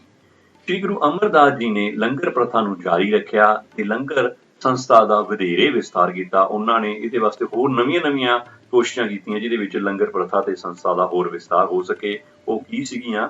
ਸ੍ਰੀ ਗੁਰੂ ਜੀ ਨੇ ਇਹ ਐਲਾਨ ਕੀਤਾ ਕਿ ਕੋਈ ਵੀ ਯਾਤਰੂ ਲੰਗਰ ਛਕੇ ਬਿਨਾ ਉਹਨਾਂ ਨੂੰ ਨਹੀਂ ਮਿਲ ਸਕਦਾ। ਹੁਣ ਦੇਖੋ ਦੂਰੋਂ ਯਾਤਰੀ ਸ੍ਰੀ ਗੁਰੂ ਅਮਰਦਾਸ ਜੀ ਨੂੰ ਮਿਲਣ ਆਉਂਦੇ ਸੀ ਤਾਂ ਉਹਨਾਂ ਨੇ ਇੱਕ ਐਲਾਨ ਕਰਤਾ ਵੀ ਮੈਨੂੰ ਮਿਲਣਾ ਤਾਂ ਪਹਿਲਾਂ ਲੰਗਰ 'ਚ ਬਹਿ ਕੇ ਲੰਗਰ ਛਕੋ, ਉੱਥੇ ਬੈਠੋ, ਲੰਗਰ ਛਕੋ, ਪ੍ਰਸ਼ਾਦਾ ਛਕੋ, ਫਿਰ ਮੈਨੂੰ ਆ ਕੇ ਮਿਲਣਾ। ਉਹਨਾਂ ਨੇ ਇੱਕ ਸ਼ਰਤ ਲਾਤੀ, ਇਹ ਐਲਾਨ ਕਰਤਾ। ਗੁਰੂ ਜੀ ਨੇ ਪਹਿਲੇ ਪੰਗਤ ਤੇ ਪਿੱਛੇ ਸੰਗਤ ਦਾ ਨਾਰਾ ਵੀ ਦਿੱਤਾ। ਇਹ ਵੀ ਬੜਾ ਇੰਪੋਰਟੈਂਟ ਹੈ ਵੀ ਪਹਿਲੇ ਪੰਗਤ ਪਿੱਛੇ ਸੰਗਤ, ਇਹ ਨਾਰਾ ਕਿਹਨੇ ਦਿੱਤਾ ਸੀ? ਸ੍ਰੀ ਗੁਰੂ ਅਮਰਦਾਸ ਜੀ ਨੇ ਦਿੱਤਾ ਸੀ। ਮਤਲਬ ਪਹਿਲਾਂ ਪੰਗਤ 'ਚ ਬਹਿ ਕੇ ਲੰਗਰ ਛਕੋ, ਫਿਰ ਆ ਕੇ ਮੇਰੇ ਨਾਲ ਸੰਗਤ ਮੇਰੇ ਨਾਲ ਗੱਲਬਾਤ ਕਰਨੀ ਹੈ, ਮੇਰੇ ਨਾਲ ਬਹਿ ਕੇ ਵਿਚਾਰ ਵਟਾਂਦਰਾ ਜਾਂ ਵਿਚਾਰ ਸੁਣਨੇ ਹਨ। ਸੋ ਇਸ ਤਰ੍ਹਾਂ ਵੀ ਲੰਗਰ ਜਿਹੜੀ ਪ੍ਰਥਾ ਸੀ ਜਾਂ ਸੰਸਥਾ ਸੀ ਇਹਦਾ ਹੋਰ ਵਿਕਾਸ ਹੋਇਆ। ਮੁਗਲ ਬਾਦਸ਼ਾਹ ਅਕਬਰ ਅਤੇ ਹਰੀਪੁਰ ਦੇ ਰਾਜੇ ਨੇ ਵੀ ਗੁਰੂ ਜੀ ਨੂੰ ਮਿਲਣ ਤੋਂ ਪਹਿਲਾਂ ਸੰਗਤ ਵਿੱਚ ਲੰਗਰ ਛਕਿਆ। ਬੇਟਾ ਇਹ ਸਾਰਿਆਂ ਵਾਸਤੇ ਲਾਗੂ ਹੁੰਦਾ ਸੀ, ਚਾਹੇ ਕੋਈ ਰਾਜਾ ਹੈ, ਚਾਹੇ ਕੋਈ ਰੰਕ ਹੈ, ਚਾਹੇ ਕੋਈ ਅਮੀਰ ਹੈ, ਚਾਹੇ ਕੋਈ ਗਰੀਬ ਹੈ, ਵੀ ਜੇ ਗੁਰੂ ਸਾਹਿਬ ਨੂੰ ਮਿਲਣਾ ਹੈ ਤਾਂ ਪਹਿਲਾਂ ਉੱਥੇ ਬੈਠੇ ਲੰਗਰ ਦੇ ਵਿੱਚ ਬੈਠੋ, ਉੱਥੇ ਬੈਠਦੇ ਵਿੱਚ ਪੰਗਤੀ ਦੇ ਵਿੱਚ ਬੈਠ ਕੇ ਸਾਰਿਆਂ ਦੇ ਵਿੱਚ ਕਾਮਨ ਭੋਜਨ ਛਕੋ ਤੇ ਫਿਰ ਗੁਰੂ ਸਾਹਿਬ ਦੇ ਦਰਸ਼ਨ ਹੁੰਦੇ ਸੀ ਤੇ ਗੁਰੂ ਸਾਹਿਬ ਨੂੰ ਮਿਲਿਆ ਜਾ ਸਕਦਾ ਸੀ। ਸੋ ਇਸੇ ਤਰ੍ਹਾਂ ਮੁਗਲ ਬਾਦਸ਼ਾਹ ਅਕਬਰ ਵੀ ਆਇਆ ਤਾਂ ਉਹਨੇ ਵੀ ਦੇਖੋ ਤਸਵੀਰ ਦੇ ਵਿੱਚ ਦਿਖਾਇਆ ਗਿਆ ਵੀ ਅਕਬਰ ਬਾਦਸ਼ਾਹ ਵੀ ਆ ਕੇ ਹਨਾ ਗੁਰੂ ਸਾਹਿਬ ਜੀ ਨੂੰ ਮਿਲਣ ਤੋਂ ਪਹਿਲਾਂ ਉਸਨੇ ਵੀ ਪੰਗਤ ਦੇ ਵਿੱਚ ਬਹਿ ਕੇ ਲੰਗਰ ਛਕਿਆ। ਲੰਗਰ ਸੰਸਥਾ ਸਿੱਖ ਧਰਮ ਦੇ ਪ੍ਰਚਾਰ ਲਈ ਬਹੁਤ ਸਹਾਇਕ ਸਿੱਧ ਹੋਈ। ਇਸ ਨਾਲ ਜਾਤੀ ਪ੍ਰਥਾ ਨੂੰ ਬੜਾ ਧੱਕਾ ਲੱਗਿਆ। ਦੇਖੋ ਬੇਟਾ ਹੁਣ ਆ ਪੰਗਤੀ ਦੇ ਵਿੱਚ ਹਰ ਇੱਕ ਵਿਅਕਤੀ ਬੈਠਾ ਹੈ, ਉਰੇ ਕਿਸੇ ਨੂੰ ਕੁਝ ਨਹੀਂ ਪਤਾ ਵੀ ਕੌਣ ਕਿਹੜੀ ਜਾਤੀ ਦਾ, ਕੋਈ ਉੱਚੀ ਜਾਤੀ ਦਾ, ਕੋਈ ਨੀਵੀਂ ਜਾਤੀ ਦਾ। ਸੋ ਸਾਰੇ ਇੱਕ ਥਾਂ ਤੇ ਇਕੱਠੇ ਹੋ ਕੇ ਭੋਜਨ ਖਾਣ ਲੱਗੇ, ਭੋਜਨ ਬਣਾਉਂਦੇ ਸੀ, ਭੋਜਨ ਸਰਵ ਕਰਦੇ ਸੀ, ਹਨਾ ਵੰਡਦੇ ਸੀ। ਸੋ ਇਸ ਤਰ੍ਹਾਂ ਜਿਹੜੀ ਇਹ ਲੰਗਰ ਪ੍ਰਥਾ ਸੀ ਇਹ ਸਿੱਖ ਧਰਮ ਦੇ ਪ੍ਰਚਾਰ ਵਿੱਚ ਬਹੁਤ ਮੁੱਢਲਾ ਇਹਨੇ ਯੋਗਦਾਨ ਪਾਇਆ। ਸਭ ਤੋਂ ਵੱਧ ਤਾਂ ਜਾਤੀ ਪ੍ਰਥਾ ਨੂੰ ਇਹਨੇ ਐਡਾ ਵੱਡਾ ਧੱਕਾ ਲਾਇਆ ਵੀ ਲੋਕ ਆਪਣੀ ਜਾਤੀ ਭੁੱਲ ਜਾਂਦੇ ਸੀ। ਸੋ ਸਮਾਜ ਦੇ ਵਿੱਚ ਜਿਹੜੀਆਂ ਕੁਰੀਤੀਆਂ ਫੈਲੀਆਂ ਹੋਈਆਂ ਸੀ ਉਹ ਦੂਰ ਹੋਣ ਲੱਗੀਆਂ।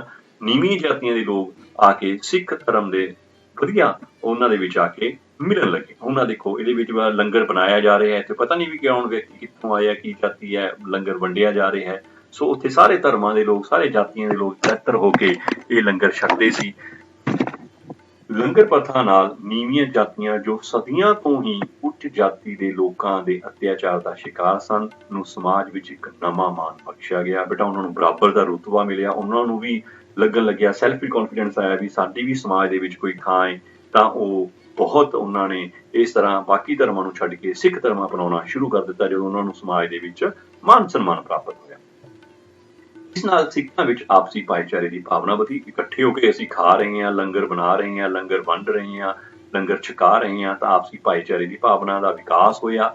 ਸਿੱਖ ਧਰਮ ਦੀ ਪ੍ਰਸਿੱਧੀ ਦੂਰ ਦੂਰ ਤੱਕ ਫੈਲੀ। ਬੇਟਾ ਜਦੋਂ ਇਹ ਸਾਰੇ ਸਮਾਜ ਦੇ ਵਿੱਚ ਇੱਕ ਜੇ ਪ੍ਰਚਲਿਤ ਹੋਈ ਵੀ ਇੱਕ ਸੰਸਥਾ ਹੈ ਜੋ ਲੋਕਾਂ ਨੂੰ ਮੁਫਤ ਦੇ ਵਿੱਚ ਖਾਣਾ ਵੰਡਦੀ ਹੈ, ਸਾਰਿਆਂ ਨੂੰ ਇੱਕਸਾਰ, ਕੋਈ ਉੱਚਾ ਨਹੀਂ, ਕੋਈ ਨੀਵਾਂ ਨਹੀਂ, ਸਾਰੇ ਇੱਕ ਪੰਕਤੀ ਵਿੱਚ ਬੈਠ ਕੇ ਖਾਣਾ ਖਾਂਦੇ ਨੇ। ਤੁਹਾਡੀ ਜਾਤ ਪਾਤ ਨਹੀਂ ਪੁੱਛੀ ਜਾਂਦੀ, ਤੁਹਾਨੂੰ ਉੱਚਾ ਨੀਵਾਂ ਨਹੀਂ ਕਿਹਾ ਜਾਂਦਾ। ਸੋ ਇਸ ਨਾਲ ਇਹ ਸਿੱਖ ਭਾਈਚਾਰੇ ਦੀ ਜਿਹੜੀ ਪ੍ਰਸਿੱਧੀ ਹੈ, ਸਿੱਖ ਧਰਮ ਦੀ ਪ੍ਰਸਿੱਧੀ ਹੈ, ਦੂਰ ਦੂਰ ਤੱਕ ਫੈਲੀ ਤੇ ਸਿੱਖ ਧਰਮ ਦਾ ਬਹੁਤ ਵਿਕਾਸ ਹੋਇਆ। ਆਪਾਂ ਗੱਲ ਕਰਦੇ ਹਾਂ ਬਾਣੀ ਦਾ ਸੰਗ੍ਰਹਿ। ਗੁਰੂ ਅਮਰਦਾਸ ਜੀ ਦਾ ਅਗਲਾ ਮਹੱਤਵਪੂਰਨ ਕਾਰਜ ਸ੍ਰੀ ਗੁਰੂ ਨਾਨਕ ਦੇਵ ਜੀ ਅਤੇ ਸ੍ਰੀ ਗੁਰੂ ਅੰਗਦ ਦੇਵ ਜੀ ਦੀ ਬਾਣੀ ਨੂੰ ਇਕੱਤਰਿਤ ਕਰਨਾ ਸੀ, ਇਕੱਠਾ ਕਰਨਾ ਸੀ। ਉਹਨਾਂ ਨੇ ਇਹਨਾਂ ਦੋਨਾਂ ਗੁਰੂਆਂ ਦੀ, ਪਹਿਲੇ ਤੇ ਦੂਸਰੇ ਗੁਰੂ ਜੀ ਦੀ ਬਾਣੀ ਨੂੰ ਇਕੱਤਰਿਤ ਕੀਤਾ। ਅਜਿਹਾ ਕਰਕੇ ਇੱਕ ਤਾਂ ਅਮਰਦਾਸ ਜੀ ਨੇ ਝੂਠੇ ਤੇ ਨਕਲੀ ਸ਼ਬਦਾਂ ਨੂੰ ਸਿੱਖ ਗੁਰੂਆਂ ਦੀ ਬਾਣੀ ਨਾਲ ਵਿੱਚ ਸ਼ਾਮਲ ਹੋਣ ਤੋਂ ਬਚਾ ਲਿਆ। ਬੇਟਾ ਉਸ ਸਮੇਂ ਸਮਾਜ ਵਿੱਚ ਬਹੁਤ ਕੁਰੀਤੀਆਂ ਪਾਈਆਂ ਜਾਂਦੀਆਂ ਸੀ, ਪਖੰਡ ਬਹੁਤ ਚੱਲਦੇ ਸੀ। ਹਰ ਇੱਕ ਬੰਦਾ ਕਹਿ ਦਿੰਦਾ ਸੀ ਵੀ ਜਿਹੜੀ ਬਾਣੀ ਮੇਰੇ ਕੋਲ ਹੈ ਉਹ ਗੁਰੂ ਨਾਨਕ ਦੇਵ ਜੀ ਦੀ ਹੈ, ਜਿਹੜੀ ਬਾਣੀ ਮੇਰੇ ਕੋਲ ਹੈ ਸ੍ਰੀ ਗੁਰੂ ਅੰਗਦ ਦੇਵ ਜੀ ਦੀ ਹੈ। ਸੋ ਉਹ ਮਿਲਾਵਟਾਂ ਹੋ ਰਹੀਆਂ ਸੀ ਸਾਡੇ ਇਸ ਲਿਟਰੇਚਰ ਦੇ ਵਿੱਚ, ਸਾਡੀ ਇਸ ਬਾਣੀ ਦੇ ਵਿੱਚ, ਗੁਰੂਆਂ ਦੀ ਬਾਣੀ ਦੇ ਵਿੱਚ। ਸੋ ਸ਼੍ਰੀ ਗੁਰੂ ਅਮਰਦਾਸ ਜੀ ਨੇ ਦੋਨੇ ਗੁਰੂਆਂ ਦੀ ਬਾਣੀ ਨੂੰ ਇਕੱਤਰ ਕੀਤਾ, ਜਿਸ ਨਾਲ ਜਿਹੜੀਆਂ ਝੂਠੇ ਲੋਕਾਂ ਦੀਆਂ ਵਿੱਚ ਨਕਲੀ ਸ਼ਬਦ ਸੀਗੇ ਉਹਨਾਂ ਨੂੰ ਐਡ ਹੋਣ ਤੋਂ, ਵਿੱਚ ਬਾਣੀ ਦੇ ਐਡ ਹੋਣ ਤੋਂ ਬਚਾ ਲਿਆ। ਸ਼ੁੱਧ ਬਾਣੀ ਪ੍ਰਾਪਤ ਹੋਈ। ਸ਼੍ਰੀ ਗੁਰੂ ਅਮਰਦਾਸ ਜੀ ਨੇ ਆਪ ਵੀ 907 ਸ਼ਬਦਾਂ ਦੀ ਰਚਨਾ ਕੀਤੀ ਜੋ ਬਾਣੀ ਦੇ ਵਿੱਚ ਦਰਜ ਕਰਾਏ ਗਏ। ਮੰਚੀ ਪ੍ਰਥਾ, ਬੇਟਾ ਇਹ ਇੱਕ ਬਹੁਤ ਹੀ ਇੰਪੋਰਟੈਂਟ ਕਦਮ ਸੀ ਜਿਹੜਾ ਸ਼੍ਰੀ ਗੁਰੂ ਅਮਰਦਾਸ ਜੀ ਦੁਆਰਾ ਚੱਕਿਆ ਗਿਆ ਸੀ। ਸ਼ਾਰਟ ਕੁਐਸਚਨ ਵੀ ਬਹੁਤ ਵਾਰ ਤੁਹਾਡੇ ਪੇਪਰਾਂ ਵਿੱਚ ਆਏ, ਮੰਜੀ ਪ੍ਰਥਾ ਤੋਂ ਕੀ ਭਾਵ ਹੈ।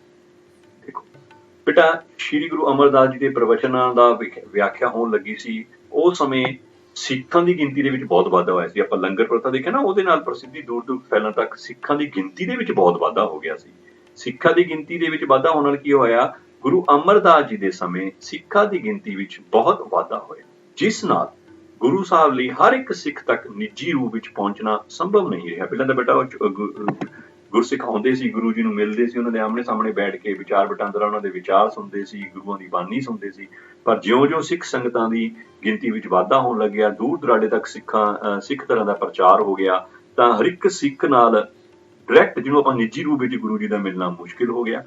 ਆਪਣੇ ਉਪਦੇਸ਼ਾਂ ਨੂੰ ਹਰ ਇੱਕ ਸਿੱਖ ਤੱਕ ਪਹੁੰਚਦਾ ਕਰਨ ਲਈ ਗੁਰੂ ਸਾਹਿਬ ਦੁਆਰਾ ਮੰਜੀ ਪ੍ਰਥਾ ਦੀ ਸਥਾਪਨਾ ਕੀਤੀ ਗਈ। ਸੋ ਬੇਟਾ, ਗੁਰੂ ਜੀ ਨੇ ਕੀ ਸਥਾਪਿਤ ਕੀਤਾ, ਮੰਜੀ ਪ੍ਰਥਾ ਸ਼ੁਰੂ ਕੀਤੀ ਗਈ। ਕਿਹਨਾਂ ਨੇ ਕੀਤੀ ਸੀ, ਤੀਸਰੇ ਗੁਰੂ ਸ਼੍ਰੀ ਗੁਰੂ ਅਮਰਦਾਸ ਜੀ ਦੁਆਰਾ ਮੰਜੀ ਪ੍ਰਥਾ ਦੀ ਸਥਾਪਨਾ ਕੀਤੀ। ਹੁਣ ਇਹ ਮੰਜੀ ਪ੍ਰਥਾ ਹੈ ਕੀ ਸੀ, ਇਸ ਬਾਰੇ ਆਪਾਂ ਜਾਣਕਾਰੀ ਦੇਖਦੇ ਹਾਂ। ਦੇਖੋ, ਸ਼੍ਰੀ ਗੁਰੂ ਅਮਰਦਾਸ ਜੀ ਵਿਰਾਜਮਾਨ ਨੇ ਤੇ ਨਾਲ ਉਹਦੇ ਮੰਜੀਦਾਰ ਬੈਠੇ ਨੇ। ਸੋ ਗੁਰੂ ਅਮਰਦਾਸ ਜੀ ਨੇ 22 ਮੰਜੀਆਂ ਦੀ ਸਥਾਪਨਾ ਕੀਤੀ। ਬਹੁਤ ਇੰਪੋਰਟੈਂਟ ਹੈ, ਮੰਜੀਆਂ ਦੀ ਕੁੱਲ ਗਿਣਤੀ ਕਿੰਨੀ ਸੀ, 22। ਸੋ ਇਹ ਗੁਰੂ ਜੀ ਦੇ ਕੋਲੇ ਮੰਜੀਦਾਰ ਬੈਠੇ ਨੇ, 22 ਮੰਜੀਆਂ ਸੀ, ਦਾ ਮਤਲਬ 22 ਮੰਜੀਦਾਰ ਵੀ ਸੀ ਜੋ ਹਰ ਇੱਕ ਮੰਜੀ ਨੂੰ ਚਲਾਉਂਦੇ ਸੀ।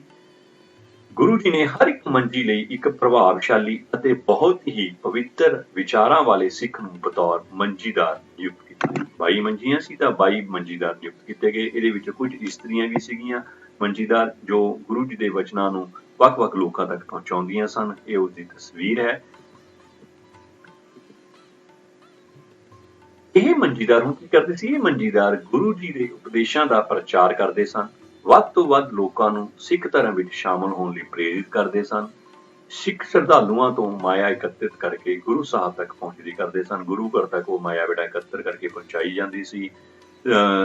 ਗੁਰੂਆਂ ਦੀ ਬਾਣੀ ਨੂੰ ਲੋਕਾਂ ਤੱਕ ਘਰ ਘਰ ਪਹੁੰਚਾਇਆ ਜਾਂਦਾ ਸੀ। ਲੋਕਾਂ ਨੂੰ ਚੰਗੀਆਂ ਗੱਲਾਂ ਬਾਰੇ ਸਿੱਖਿਅਤ ਕੀਤਾ ਜਾਂਦਾ ਸੀ ਤੇ ਸਿੱਖ ਧਰਮ ਦੇ ਵਿੱਚ ਸ਼ਾਮਲ ਹੋਣ ਲਈ ਉਸ ਦੀਆਂ ਸਿੱਖਿਆਵਾਂ ਨੂੰ ਮੰਨਣ ਲਈ ਪ੍ਰੇਰਿਤ ਕੀਤਾ ਜਾਂਦਾ ਸੀ। ਹੁਣ ਇਹ ਮੰਜੀ ਤੇ ਬੈਠ ਕੇ ਧਾਰਮਿਕ ਉਪਦੇਸ਼ ਦਿੰਦੇ ਸਨ। ਇਸ ਲਈ ਇਹ ਪ੍ਰਥਾ ਇਤਿਹਾਸ ਵਿੱਚ ਮੰਜੀ ਪ੍ਰਥਾ ਦੇ ਨਾਂ ਨਾਲ ਵੀ ਪ੍ਰਸਿੱਧ ਹੋਈ, ਕਿਉਂਕਿ ਉਹ ਬੇਟਾ ਇੱਕ ਥੋੜੀ ਜਿਹੀ ਥਾਂ ਤੇ ਬੈਠ ਕੇ ਪ੍ਰਚਾਰ ਕਰਦੇ ਸਨ, ਗੁਰੂਆਂ ਦੀ ਬਾਣੀ ਦਾ ਪ੍ਰਚਾਰ ਕਰਦੇ ਸਨ। ਸੋ ਇਸ ਕਰਕੇ ਇਸ ਨੂੰ ਮੰਜੀ ਪ੍ਰਥਾ ਦੇ ਨਾਮ ਨਾਲ ਇਤਿਹਾਸ ਦੇ ਵਿੱਚ ਜਾਣਿਆ ਜਾਂਦਾ ਹੈ। ਅੱਗੇ ਆਪਾਂ ਗੱਲ ਕਰਦੇ ਹਾਂ ਉਦਾਸੀਆਂ ਨਾਲੋਂ ਸਿੱਖਾਂ ਨੂੰ ਵੱਖ ਕਰਨਾ। ਆਪਾਂ ਬੇਟਾ ਪਹਿਲਾਂ ਵੀ ਪੜ੍ਹ ਕੇ ਚੁੱਕੇ ਹਾਂ ਵੀ ਸ਼੍ਰੀ ਗੁਰੂ ਨਾਨਕ ਦੇਵ ਜੀ ਦੇ ਵੱਡੇ ਸਪੁੱਤਰ ਸ਼੍ਰੀ ਚੰਦ ਉਦਾਸੀ ਮਤ ਨਾਲ ਉਹਨਾਂ ਨੇ ਸਮਾਜ ਦੇ ਵਿੱਚ ਇੱਕ ਨਵਾਂ ਮਤ, ਉਦਾਸੀ ਮਤ ਸਥਾਪਿਤ ਕੀਤਾ ਹੋਇਆ ਸੀ। ਬਹੁਤ ਸਿੱਖ ਸੰਗਤਾਂ, ਕਿਉਂਕਿ ਉਹ ਬਾਬਾ ਜੀ ਗੁਰੂ ਨਾਨਕ ਦੇਵ ਜੀ ਦੇ ਪੁੱਤਰ ਸਨ, ਸੋ ਉਹਨਾਂ ਦੇ ਧਰਮ ਦੇ ਵਿੱਚ ਵੀ ਇਨਵੋਲਵ ਹੁੰਦੇ ਜਾ ਰਹੇ ਸਨ। ਗੁਰੂ ਅੰਗਦ ਦੇਵ ਜੀ ਨੇ ਬਾਬਾ ਸ਼੍ਰੀ ਚੰਦ ਜੀ ਦੇ ਉਦਾਸੀ ਮਤ ਦਾ ਖੰਡਨ ਕੀਤਾ ਸੀ, ਪਰ ਫਿਰ ਵੀ ਉਦਾਸੀਆਂ ਦਾ ਜ਼ੋਰ ਨਹੀਂ ਸੀ ਘਟਿਆ। ਬੇਟਾ ਉਦਾਸੀ ਮਤ ਦਾ ਜਿਹੜਾ ਜ਼ੋਰ ਸੀ ਉਹ ਸਮਾਜ ਦੇ ਵਿੱਚ ਚੱਲਦੇ ਆ ਰਿਹਾ ਸੀ, ਉਹ ਖਤਮ ਨਹੀਂ ਸੀ ਹੋਇਆ। ਬਾਬਾ ਸ਼੍ਰੀ ਚੰਦ ਜੀ ਦੀ ਤਿਆਗ ਦੀ ਵਿਰਤੀ ਤੋਂ ਬੇਟਾ ਲੋਕ ਉਹ ਤਿਆਗ ਦੀ ਇੱਕ ਉਹਨਾਂ ਨੇ ਵਿਰਤੀ ਲਾਈ ਹੋਈ ਸੀ, ਜਿਸ ਕਰਕੇ ਬਹੁਤ ਸਿੱਖ ਪ੍ਰਭਾਵਿਤ ਹੋਏ ਤੇ ਉਦਾਸੀ ਮਤ ਵਿੱਚ ਸ਼ਾਮਲ ਹੋਣ ਲੱਗ ਪਏ। ਸਿੱਖਾਂ ਦੀ ਕਮਿਊਨਿਟੀ ਦੇ ਵਿੱਚੋਂ ਬਹੁਤ ਲੋਕ ਉਦਾਸੀ ਮਤ ਦੇ ਵਿੱਚ ਵੀ ਜਾਣ ਲੱਗ ਗਏ। ਇਹ ਖਤਰਾ ਦੇਖਦੇ ਹੋਏ ਸ਼੍ਰੀ ਗੁਰੂ ਅਮਰਦਾਸ ਜੀ ਨੇ ਫਿਰ ਐਫਰਟਸ ਕੀਤੀਆਂ। ਸ਼੍ਰੀ ਗੁਰੂ ਅਮਰਦਾਸ ਜੀ ਨੇ ਹਿੰਮਤ ਦਲੇਰੀ ਨਾਲ ਕੰਮ ਲੈਂਦਿਆਂ ਸਿੱਖਾਂ ਨੂੰ ਸਪਸ਼ਟ ਰੂਪ ਵਿੱਚ ਸਮਝਾਇਆ। ਉਹਨਾਂ ਨੇ ਸਿੱਖਾਂ ਨੂੰ ਸਮਝਾਇਆ ਕਿ ਉਦਾਸੀ ਮਤ ਦਾ ਤਿਆਗ ਦਾ ਸਿਧਾਂਤ, ਜਿਹੜਾ ਉਦਾਸੀ ਮਤ ਦੇ ਵਿੱਚ ਤਿਆਗ ਕਹਿੰਦੇ ਸੀ ਨਾ ਵੀ ਘਰ-ਬਾਰ ਛੱਡ ਕੇ ਜੰਗਲਾਂ 'ਚ ਚਲੇ ਜਾਓ ਜੀ, ਐਂ ਕਰ ਲਓ ਫਲਾਣਾ ਕਰ ਲਓ ਹਨਾ, ਤਾਂ ਤੁਸੀਂ ਉਹ ਪ੍ਰਾਪਤ ਕਰ ਸਕਦੇ ਹੋ। ਤਾਂ ਉਹਨਾਂ ਨੇ ਕਿਹਾ ਵੀ ਜਿਹੜਾ ਇਹ ਤਿਆਗ ਦਾ ਸਿਧਾਂਤ ਹੈ ਸ਼੍ਰੀ ਗੁਰੂ ਨਾਨਕ ਦੇਵ ਜੀ ਦੇ ਉਪਦੇਸ਼ਾਂ ਦੇ ਉਲਟ ਹੈ, ਕਿਉਂਕਿ ਬਾਬੇ ਨਾਨਕ ਤਾਂ ਆਪ ਘਰ ਵਿੱਚ ਰਹੇ ਸੀ, ਉਹਨਾਂ ਨੇ ਕਿਰਤ ਵੀ ਕੀਤੀ ਸੀ, ਖੇਤ ਵੀ ਜੋਤੇ ਸੀ, ਪਰਿਵਾਰ ਵੀ ਚਲਾਇਆ ਸੀ ਤੇ ਪ੍ਰਵਚਨ ਵੀ ਕੀਤੇ ਸੀ। ਸੋ ਇਹ ਕਹਿੰਦੇ ਵੀ ਇਹ ਜਿਹੜਾ ਤਿਆਗ ਦਾ ਉਪਦੇਸ਼ ਹੈ ਸ਼੍ਰੀ ਗੁਰੂ ਨਾਨਕ ਦੇਵ ਜੀ ਦੇ ਉਪਦੇਸ਼ਾਂ ਦੇ ਬਿਲਕੁਲ ਉਲਟ ਹੈ। ਇਸ ਕਰਕੇ ਇਹ ਜਿਹੜਾ ਉਦਾਸੀ ਮਤ ਹੈ ਇਹ ਗਲਤ ਮਤ ਹੈ। ਗੁਰੂ ਨਾਨਕ ਦੇਵ ਦੀ ਸਿੱਖਿਆ ਇਹਦੇ ਅਕੋਰਡਿੰਗਲੀ ਨਹੀਂ ਹੈ। ਗੁਰੂ ਅਮਰਦਾਸ ਜੀ ਨੇ ਕਿਹਾ ਕਿ ਜਿੱਥੇ ਸਿੱਖ ਮਤ, ਉਹਨਾਂ ਨੇ ਸਿੱਖ ਮਤ ਨਾਲ ਕੰਪੈਰੀਜ਼ਨ ਕੀਤਾ, ਤੁਲਨਾ ਕੀਤੀ, ਮਤ ਗ੍ਰਹਿਸਥ ਮਾਰਗ ਧਾਰਨ ਕਰਕੇ ਆਪਣੀ ਜੀਵਿਕਾ ਲਈ ਸੱਚੀ ਕਿਰਤ ਕਰਨ ਦੀ ਸਿੱਖਿਆ ਦਿੰਦਾ ਹੈ। ਸਿੱਖ ਮਤ ਇਹੀ ਸਿੱਖਿਆ ਦਿੰਦਾ ਵੀ ਆਪਣੇ ਜੀਵਨ ਗ੍ਰਸਤ ਜੀਵਨ ਦੇ ਵਿੱਚ ਰਹੋ, ਸੱਚੀ ਸੁੱਚੀ ਕਿਰਤ ਕਰੋ ਤੇ ਆਪਣੇ ਜੀਵਨ ਨੂੰ ਚੰਗਾ ਬਣਾਓ। ਉੱਥੇ ਉਦਾਸੀ ਮਤ ਆਪਣੀਆਂ ਸਮਾਜਿਕ ਜ਼ਿੰਮੇਵਾਰੀਆਂ ਤੋਂ ਭੱਜ ਜਾਣ, ਵੀ ਪਰਿਵਾਰ ਨੂੰ ਛੱਡ ਕੇ ਭੱਜ ਗਏ, ਸਮਾਜ ਨੂੰ ਛੱਡ ਕੇ ਭੱਜ ਜਾਓ, ਸੰਸਾਰ ਨੂੰ ਛੱਡ ਕੇ ਮੁਕਤੀ ਦੀ ਭਾਲ ਵਿੱਚ ਜੰਗਲਾਂ ਵਿੱਚ ਮਾਰੇ ਫਿਰਨ ਦੀ ਸਿੱਖਿਆ ਦਿੰਦਾ ਹੈ। ਗੁਰੂ ਸਾਹਿਬ ਨੇ ਸਿੱਖਾਂ ਨੂੰ ਸਮਝਾਇਆ ਵੀ ਦੇਖੋ ਆਪਣਾ ਜਿਹੜਾ ਸਿੱਖ ਧਰਮ ਹੈ ਉਹ ਤਾਂ ਪਰਿਵਾਰ ਵਿੱਚ ਰਹਿ ਕੇ ਸਾਰੇ ਕਾਰਜ ਕਰਨ ਨੂੰ ਕਹਿੰਦਾ ਹੈ, ਵੀ ਨਿਰਲੇਪ ਹੋ ਕੇ ਸਾਰੇ ਕਾਰਜ ਕਰੀ ਚੱਲੋ।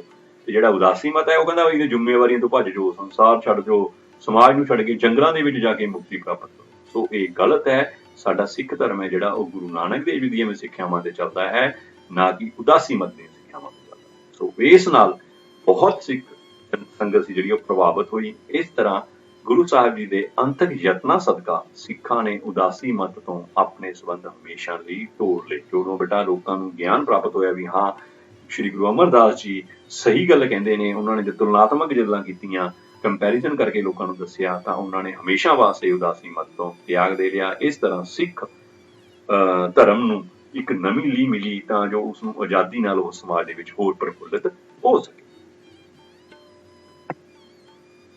ਸਮਾਜਿਕ ਸੁਧਾਰ। ਗੁਰੂ ਅਮਰਦਾਸ ਜੀ ਉੱਚ ਕੋਟੀ ਦੇ ਸਮਾਜ ਸੁਧਾਰਕ ਵੀ ਸਨ। ਜਿੱਥੇ ਉਹਨਾਂ ਨੇ ਬੇਟਾ ਨੇ ਧਾਰਮਿਕ ਕਾਰਜ ਕੀਤੇ, ਉਹ ਇੱਕ ਬਹੁਤ ਹੀ ਉੱਚ ਕੋਟੀ ਦੇ ਸਮਾਜ ਸੁਧਾਰਕ ਹਨ। ਉਸਨੇ ਸਮਾਜ ਵਿੱਚ ਉਹਨਾਂ ਦੁਆਰਾ ਸਮਾਜ ਵਿੱਚ ਫੈਲੀਆਂ ਹੋਈਆਂ ਬਹੁਤ ਕੁਰੀਤੀਆਂ ਦਾ ਡਟ ਕੇ ਵਿਰੋਧ ਕੀਤਾ। ਸਮਾਜ ਦੇ ਵਿੱਚ ਬੇਟਾ ਇੱਕ ਗੱਲ ਯਾਦ ਰੱਖਿਓ, ਕਿਸੇ ਚੀਜ਼ ਨੂੰ ਤੁਸੀਂ ਮਾੜਾ ਜਿਹਾ ਵੀ ਚੇਂਜ ਕਰਨ ਲੱਗਦੇ ਹੋ ਤਾਂ ਤੁਹਾਨੂੰ ਬਹੁਤ ਵੱਡੇ ਵਿਰੋਧ ਦਾ ਸਾਹਮਣਾ ਕਰਨਾ ਪੈਂਦਾ ਹੈ, ਕਿਉਂਕਿ ਕੋਈ ਵੀ ਵਿਅਕਤੀ, ਨਾ ਤੁਸੀਂ ਨਾ ਮੈਂ, ਆਪਣੀਆਂ ਪੁਰਾਣੀਆਂ ਜਿਹੜੀਆਂ ਇੱਕ ਲੀਹ ਚੱਲੀ ਆ ਰਹੀ ਹੁੰਦੀ ਹੈ ਉਸ ਤੋਂ ਅੱਡ ਹੋ ਕੇ ਚੱਲਣਾ ਸਵੀਕਾਰ ਨਹੀਂ ਕਰਦੇ। ਉਹ ਇਸ ਨੂੰ ਸਿੱਧੇ ਹੀ ਅਟੈਕ ਆਪਣੇ ਧਰਮ ਦੇ ਸਮਝਦੇ ਨੇ।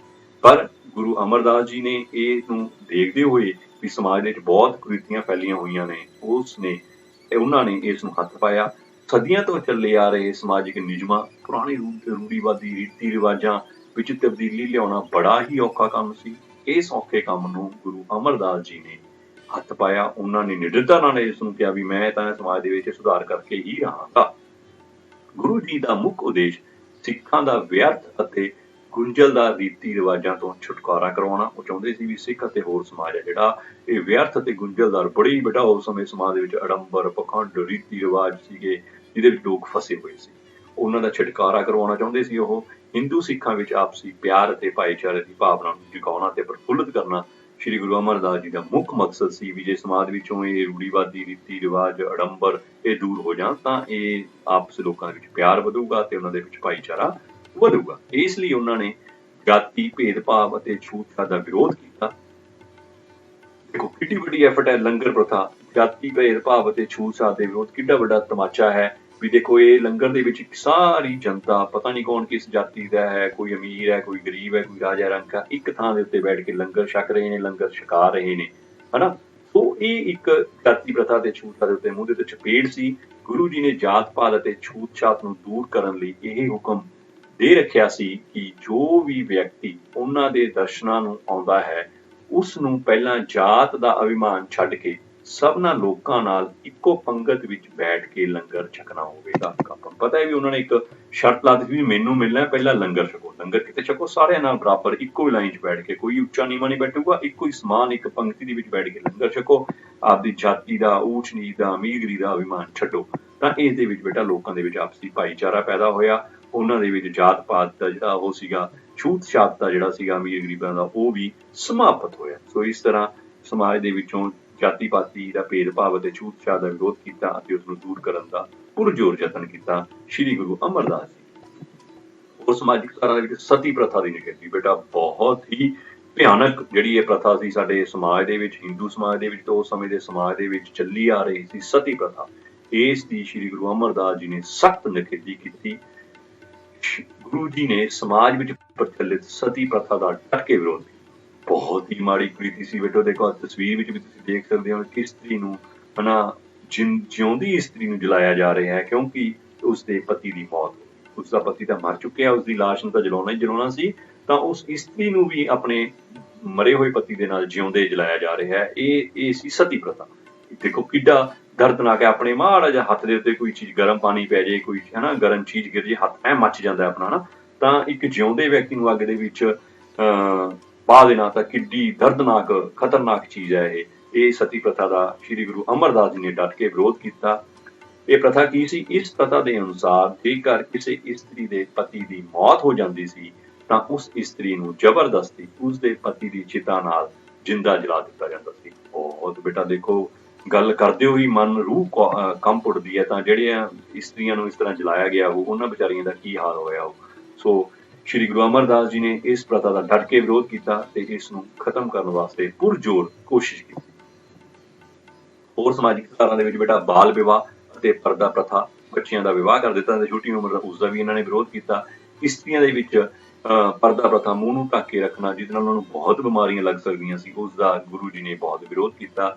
ਗੁਰੂ ਜੀ ਨੇ ਸਮਾਜ ਵਿੱਚ ਪ੍ਰਚਲਿਤ ਬਾਲ ਵਿਵਾਹ ਅਤੇ ਪਰਦਾ ਪ੍ਰਥਾ ਦਾ ਵੀ ਡਟ ਕੇ ਵਿਰੋਧ ਕੀਤਾ। ਛੋਟੇ ਛੋਟੇ ਬੱਚਿਆਂ ਦਾ ਵਿਆਹ ਕਰ ਦਿੱਤਾ ਸੀ, ਜਿਹਨਾਂ ਨੂੰ ਹਲੇ ਵਿਚਾਰਿਆਂ ਦੀ ਖੇਡਣ ਦੀ ਉਮਰ ਹੁੰਦੀ ਸੀ, ਉਹਨਾਂ ਨੂੰ ਕੁਝ ਪਤਾ ਨਹੀਂ ਸੀ, ਉਹਨਾਂ ਦਾ ਵਿਵਾਹ ਕਰ ਦਿੱਤਾ ਜਾਂਦਾ ਸੀ। ਆਪਣਾ ਅੱਜ ਕੱਲ੍ਹ ਦੇ ਸਮੇਂ ਦੇ ਵਿੱਚ ਆਪਾਂ ਦੇਖਦੇ ਨਾ, ਟੀਵੀ ਤੇ ਇੱਕ ਵਾਰ ਸੀਰੀਅਲ ਆਉਂਦਾ ਸੀ ਬਾਲਿਕਾ ਵਧੂ, ਉਸ ਟਾਈਪ ਦਾ ਇਸ ਚੀਜ਼ ਦਾ ਬਾਲ ਵਿਵਾਹ ਦਾ ਗੁਰੂ ਜੀ ਨੇ ਬਹੁਤ ਵਿਰੋਧ ਕੀਤਾ। ਤੇ ਕੁਝ ਸਮਾਜ ਦੇ ਵਿੱਚ ਮੂੰਹ ਢੱਕਣ ਦੀ ਪ੍ਰਥਾ ਪ੍ਰਚਲਿਤ ਸੀ ਇਸਤਰੀਆਂ ਦੇ ਵਿੱਚ, ਬੇਟਾ ਗੁਰੂ ਜੀ ਨੇ ਇਸ ਦਾ ਵੀ ਵਿਰੋਧ ਕੀਤਾ ਵੀ ਸਾਰਾ ਦਿਨ ਮੂੰਹ ਢੱਕਣ ਰੱਖ ਨਾਲ ਸਾਹ ਲੈਣ ਦੀਆਂ ਬਿਮਾਰੀਆਂ, ਹੋਰ ਕਈ ਤਰ੍ਹਾਂ ਦੀਆਂ ਬਿਮਾਰੀਆਂ ਇਸਤਰੀਆਂ ਨੂੰ ਹੋ ਸਕਦੀਆਂ ਨੇ। ਸੋ ਇਸਤਰੀਆਂ ਦੀ ਸਥਿਤੀ ਸੁਧਾਰਨ ਵਾਸਤੇ ਗੁਰੂ ਜੀ ਦੁਆਰਾ ਬਹੁਤ ਉਪਰਾਲੇ ਕੀਤੇ ਗਏ। ਉਹ ਸਮਝਦੇ ਸੀ ਵੀ ਸਮਾਜ ਨੂੰ ਸੁਧਾਰਨ ਲਈ ਸਭ ਤੋਂ ਪਹਿਲਾਂ ਇਸਤਰੀਆਂ ਦਾ ਜੀਵਨ ਸੁਧਰਿਆ ਹੋਵੇ ਤਾਂ ਉਹ ਸਮਾਜ ਨੂੰ ਸਹੀ ਸੇਧ ਦੇ ਸਕਦੀਆਂ ਨੇ, ਤਾਂ ਹੀ ਇੱਕ ਵਧੀਆ ਤੰਦਰੁਸਤ ਸਮਾਜ ਦੀ ਸਥਾਪਨਾ ਹੋ ਸਕਦੀ ਹੈ। ਸੋ ਇਹ ਸਾਰੇ ਉਪਰਾਲੇ ਸ੍ਰੀ ਗੁਰੂ ਅਮਰਦਾਸ ਜੀ ਦੁਆਰਾ ਕੀਤੇ ਗਏ। ਇਸ ਤੋਂ ਬਿਨਾਂ ਗੁਰੂ ਜੀ ਨੇ ਵਿਵਾਹ ਦੇ ਹੱਕ ਵਿੱਚ ਵੀ ਸੀ। ਕਈ ਇਸਤਰੀਆਂ ਦੇ ਪਤੀ ਦੀ ਮੌਤ ਹੋ ਜਾਂਦੀ ਸੀ, ਉਹਨਾਂ ਨੇ ਸਤੀ ਪ੍ਰਥਾ ਨੂੰ ਬੰਦ ਕਰਕੇ ਸਗੋਂ ਕਿਹਾ ਵੀ ਉਹਨਾਂ ਨੂੰ ਰੀਮੈਰਿਜ ਕਰ ਦਿਓ, ਉਹ ਆਪਦਾ ਜੀਵਨ ਬਤੀਤ ਕਰ ਸਕਣ। ਗੁਰੂ ਜੀ ਅੰਤਰਜਾਤੀ ਵਿਵਾਹ ਦੇ ਵੀ ਜ਼ੋਰ ਦਿੱਤਾ। ਜਾਤੀ ਪ੍ਰਥਾ ਨੂੰ ਨਹੀਂ ਮੰਨਦੇ ਸੀ, ਤਾਂ ਇਸ ਕਰਕੇ ਉਹਨਾਂ ਨੇ ਕਿਹਾ ਵੀ ਕੋਈ ਵੀ ਕਿਸੇ ਨਾਲ ਵੀ, ਕਿਸੇ ਵੀ ਧਰਮ ਨਾਲ, ਕਿਸੇ ਵੀ ਜਾਤੀ ਦੇ ਵਿੱਚ ਵਿਵਾਹ ਕਰਵਾਇਆ ਜਾ ਸਕਦਾ ਹੈ। ਦਰਅਸਲ ਇਹ ਬੇਟਾ ਸਾਰਾ ਕੁਝ ਕੀ ਸੀ? ਸਮਾਜਿਕ ਕੁਰੀਤੀਆਂ ਦੇ ਕਾਰਨ ਸਮਾਜ ਵਿੱਚ ਇਸਤਰੀਆਂ ਦੀ ਹਾਲਤ ਬਹੁਤ ਤਰਸਯੋਗ ਹੋ ਗਈ ਸੀ। ਆਪਾਂ ਦੇਖਣਾ ਸਤੀ ਪ੍ਰਥਾ, ਬਾਲ ਵਿਵਾਹ, ਹਨਾ, ਬਹੁਤ ਕੁਝ, ਪਰਦਾ ਪ੍ਰਥਾ, ਇਹ ਸਾਰੀਆਂ ਜਿਹੜੀਆਂ ਸੀਗੀਆਂ, ਇਹਨਾਂ ਦਾ ਸਭ ਤੋਂ ਵੱਧ ਪ੍ਰਭਾਵ ਕਿਤੇ ਪੈਂਦਾ ਸੀ? ਇਸਤਰੀਆਂ। ਸੋ ਇਸਤਰੀਆਂ ਦੀ ਹਾਲਤ ਬਹੁਤ ਤਰਸਯੋਗ ਸੀ, ਬਹੁਤ ਮਾੜੀ ਹਾਲਤ ਸੀ ਤੇ ਗੁਰੂ ਜੀ ਉਹਨਾਂ ਦੀ ਹਾਲਤ ਨੂੰ ਸੁਧਾਰਨਾ ਚਾਹੁੰਦੇ ਸੀ। ਗੁਰੂ ਜੀ ਕੁਰੀਤੀਆਂ ਨੂੰ ਦੂਰ ਕਰਕੇ ਇੱਕ ਨਵੇਂ ਸਮਾਜ ਨੂੰ ਜਨਮ ਦੇਣਾ ਚਾਹੁੰਦੇ ਸੀ, ਜਿੱਥੇ ਜੇ ਇਸਤਰੀਆਂ ਸਮਾਜ ਦੀਆਂ ਸਿਆਣੀਆਂ ਹੋਣਗੀਆਂ, ਤੰਦਰੁਸਤ ਹੋਣਗੀਆਂ, ਪ੍ਰਫੁੱਲਤ ਹੋਣਗੀਆਂ, ਤਾਂ ਉਹ ਇੱਕ ਚੰਗੇ ਸਮਾਜ ਦੀ ਸਿਰਜਣਾ ਕਰ ਸਕਦੀਆਂ ਨੇ। ਸੋ ਇਹ ਸਾਰੀਆਂ ਕੋਸ਼ਿਸ਼ਾਂ ਸ਼੍ਰੀ ਗੁਰੂ ਅਮਰਦਾਸ ਜੀ ਨੇ ਕੀਤੀਆਂ ਤਾਂ ਜੋ ਸਮਾਜ, ਇੱਕ ਨਵੇਂ ਸਮਾਜ ਦੀ ਸਥਾਪਨਾ ਕੀਤੀ ਜਾ ਸਕੇ। ਇਸ ਤੋਂ ਇਲਾਵਾ ਨਸ਼ਿਆਂ ਦੀ ਨਿਖੇਧੀ। ਬੇਟਾ ਨਸ਼ੇ ਹਰ ਇੱਕ ਸਮਾਜ ਦਾ ਇੱਕ ਅਟੁੱਟ ਅੰਗ ਨੇ। ਉਹ ਸਮੇਂ ਵੀ ਨਸ਼ਿਆਂ ਦਾ ਬੋਲਬਾਲਾ ਸੀ। ਸ਼ਰਾਬ ਅਤੇ ਹੋਰ ਨਸ਼ੀਲੀਆਂ ਚੀਜ਼ਾਂ ਦੀ ਵਰਤੋਂ ਮੱਧਕਾਲੀਨ ਸਮਾਜ ਵਿੱਚ ਇੱਕ ਬਹੁਤ ਵੱਡੀ ਬੁਰਾਈ ਹੈ। ਉਸ ਸਮੇਂ ਵੀ ਬੁਰਾਈ ਸੀ, ਅੱਜ ਵੀ ਬੁਰਾਈ ਹੈ। ਬਸ ਇਹ ਹੈ ਵੀ ਇਹ ਮਨੁੱਖ ਦੀ ਸਿਆਣਪ ਤੇ ਡਿਪੈਂਡ ਕਰਦਾ ਹੈ ਵੀ ਉਹ ਇਸ ਦੀ ਵਰਤੋਂ ਕਰਦਾ ਹੈ, ਨਹੀਂ ਕਰਦਾ ਹੈ। ਸੋ ਉਸ ਸਮੇਂ ਵੀ ਇਸ ਸਮਾਜ ਦੀ ਵੀ ਇੱਕ ਬਹੁਤ ਵੱਡੀ ਬੁਰਾਈ ਸੀ। ਗੁਰੂ ਅਮਰਦਾਸ ਜੀ ਨੇ ਬੜੇ ਜ਼ੋਰਦਾਰ ਸ਼ਬਦਾਂ ਵਿੱਚ ਨਸ਼ਿਆਂ ਦੀ ਵਰਤੋਂ ਦਾ ਖੰਡਨ ਕੀਤਾ ਵੀ ਨਸ਼ੇ ਨਹੀਂ ਕਰਨੇ, ਨਸ਼ੇ ਨਹੀਂ ਵਰਤਣੇ, ਕੋਈ ਨਸ਼ਾ ਨਹੀਂ ਕਰੂਗਾ। ਈਵਨ ਕਿ ਗੁਰੂ ਜੀ ਨੇ ਸਿੱਖਾਂ ਨੂੰ ਵੀ ਇਹ ਬੁਰਾਈ ਤੋਂ ਦੂਰ ਰਹਿਣ ਲਈ ਹੁਕਮ ਵੀ ਜਾਰੀ ਕੀਤੇ, ਹੁਕਮਨਾਮੇ ਜਾਰੀ ਕੀਤੇ ਵੀ ਨਸ਼ਿਆਂ ਦੀ ਵਰਤੋਂ, ਕੋਈ ਵੀ ਸਿੱਖ ਨਸ਼ਿਆਂ ਦੀ ਵਰਤੋਂ ਨਹੀਂ ਕਰੇਗਾ। ਸੋ ਭਾਵ ਸਮਾਜਿਕ ਸੁਧਾਰਾਂ ਵਾਸਤੇ ਗੁਰੂ ਜੀ ਨੇ ਬਹੁਤ ਉਪਰਾਲੇ ਕੀਤੇ। ਫਿਰ ਇੱਕ ਬੇਟਾ ਉਸ ਸਮੇਂ ਸਮਾਜ ਦੇ ਵਿੱਚ ਜਿਹੜੀਆਂ ਪ੍ਰਚਲਿਤ ਜਨਮ, ਵਿਆਹ ਅਤੇ ਮੌਤ ਸੰਬੰਧੀ ਰੀਤੀ ਰਿਵਾਜਾਂ ਸੀ, ਉਹਦੇ ਵਿੱਚ ਬੇਟਾ ਬਹੁਤ ਲੋਕ ਫਸੇ ਹੋਏ ਸੀ, ਬੜੇ ਅਡੰਬਰਾਂ ਦੇ ਵਿੱਚ ਫਸੇ ਹੋਏ ਸੀ, ਹਨਾ। ਜਿਹੜੇ ਪਖੰਡੀ ਲੋਕਾਂ ਨੇ ਆਮ ਜਨਤਾ ਨੂੰ ਆਪਣੇ ਸਕੰਜਿਆਂ ਵਿੱਚ ਫਸਿਆ ਹੋਇਆ ਸੀ, ਹਨਾ। ਉਸ ਵਾਸਤੇ ਵੀ ਗੁਰੂ ਜੀ ਨੇ ਬਹੁਤ ਸੁਧਾਰ ਕੀਤੇ। ਗੁਰੂ ਅਮਰਦਾਸ ਜੀ ਨੇ ਸਮਾਜ ਵਿੱਚ ਪ੍ਰਚਲਿਤ ਜਨਮ, ਵਿਆਹ ਅਤੇ ਮੌਤ ਸੰਬੰਧੀ ਗੁੰਝਲਦਾਰ ਰਸਮਾਂ ਅਤੇ ਰੀਤੀ ਰਿਵਾਜਾਂ ਵਿੱਚ ਸੁਧਾਰ ਕੀਤੇ, ਉਹਨਾਂ ਦਾ ਵਿਰੋਧ ਕੀਤਾ। ਜਿਹੜੀਆਂ ਪੁਰਾਣੀਆਂ ਚੱਲੀਆਂ ਆ ਰਹੀਆਂ ਸੀ, ਸੁਧਾਰ ਕਰਨ ਵਾਸਤੇ ਉਹਨਾਂ ਨੇ ਇੱਕ ਬੜੀ ਵਧੀਆ ਚੀਜ਼ ਚਲਾਈ। ਸ਼੍ਰੀ ਗੁਰੂ ਅਮਰਦਾਸ ਜੀ ਨੇ ਆਨੰਦ ਸਾਹਿਬ ਬਾਣੀ ਦੀ ਰਚਨਾ ਕੀਤੀ। ਬਹੁਤ ਇੰਪੋਰਟੈਂਟ ਹੈ ਬੇਟਾ, ਆਨੰਦ ਸਾਹਿਬ ਬਾਣੀ ਦੀ ਰਚਨਾ ਕਿਹਨੇ ਕੀਤੀ? ਸ਼੍ਰੀ ਗੁਰੂ ਅਮਰਦਾਸ ਜੀ ਨੇ ਕੀਤੀ। ਇਸ ਬਾਣੀ ਦੇ ਵਿੱਚ ਉਹਨਾਂ ਨੇ ਸਮਾਜ ਦੇ ਵਿੱਚ ਇਹਨਾਂ ਨੂੰ ਖੁਸ਼ੀ ਮੌਕੇ ਆਨੰਦ ਸਾਹਿਬ ਦਾ ਪਾਠ ਕਰਨ ਦਾ ਜਿਹੜਾ ਹੁਕਮ ਜਾਰੀ ਕੀਤਾ ਜਾਂ ਉਪਦੇਸ਼ ਦਿੱਤਾ। ਉਹਨਾਂ ਨੇ ਸਿੱਖਾਂ ਨੂੰ ਹੁਕਮ ਕੀਤਾ ਕਿ ਉਹ ਜਨਮ, ਵਿਆਹ ਅਤੇ ਹੋਰ ਖੁਸ਼ੀ ਦੇ ਮੌਕਿਆਂ ਤੇ ਆਨੰਦ ਸਾਹਿਬ ਦਾ ਪਾਠ ਕਰਨ। ਬਾਕੀ ਕਿਸੇ ਰੀਤੀ ਰਿਵਾਜ ਨੂੰ ਮੰਨਣ ਦੀ ਲੋੜ ਨਹੀਂ, ਕਿਸੇ ਅਡੰਬਰ ਦੇ ਵਿੱਚ ਪੈਣ ਦੀ ਲੋੜ ਨਹੀਂ, ਕਿਸੇ ਰੁਪਈਏ ਪੈਸੇ ਨੂੰ ਖਰਾਬ ਕਰਨ ਦੀ ਲੋੜ ਨਹੀਂ। ਸਾਧਾਰਨ ਤੌਰ ਤੇ ਆਨੰਦ ਸਾਹਿਬ ਦਾ ਪਾਠ ਕੀਤਾ ਜਾਵੇ ਤੇ ਖੁਸ਼ੀ ਮਨਾਈ ਜਾਵੇ। ਇਸ ਨਾਲ ਸਮਾਜ ਦੇ ਵਿੱਚ ਇੱਕ ਸਾਫ਼ ਸੁਥਰੇ ਸਮਾਜ ਦੀ ਸਿਰਜਣਾ ਹੋਵੇਗੀ।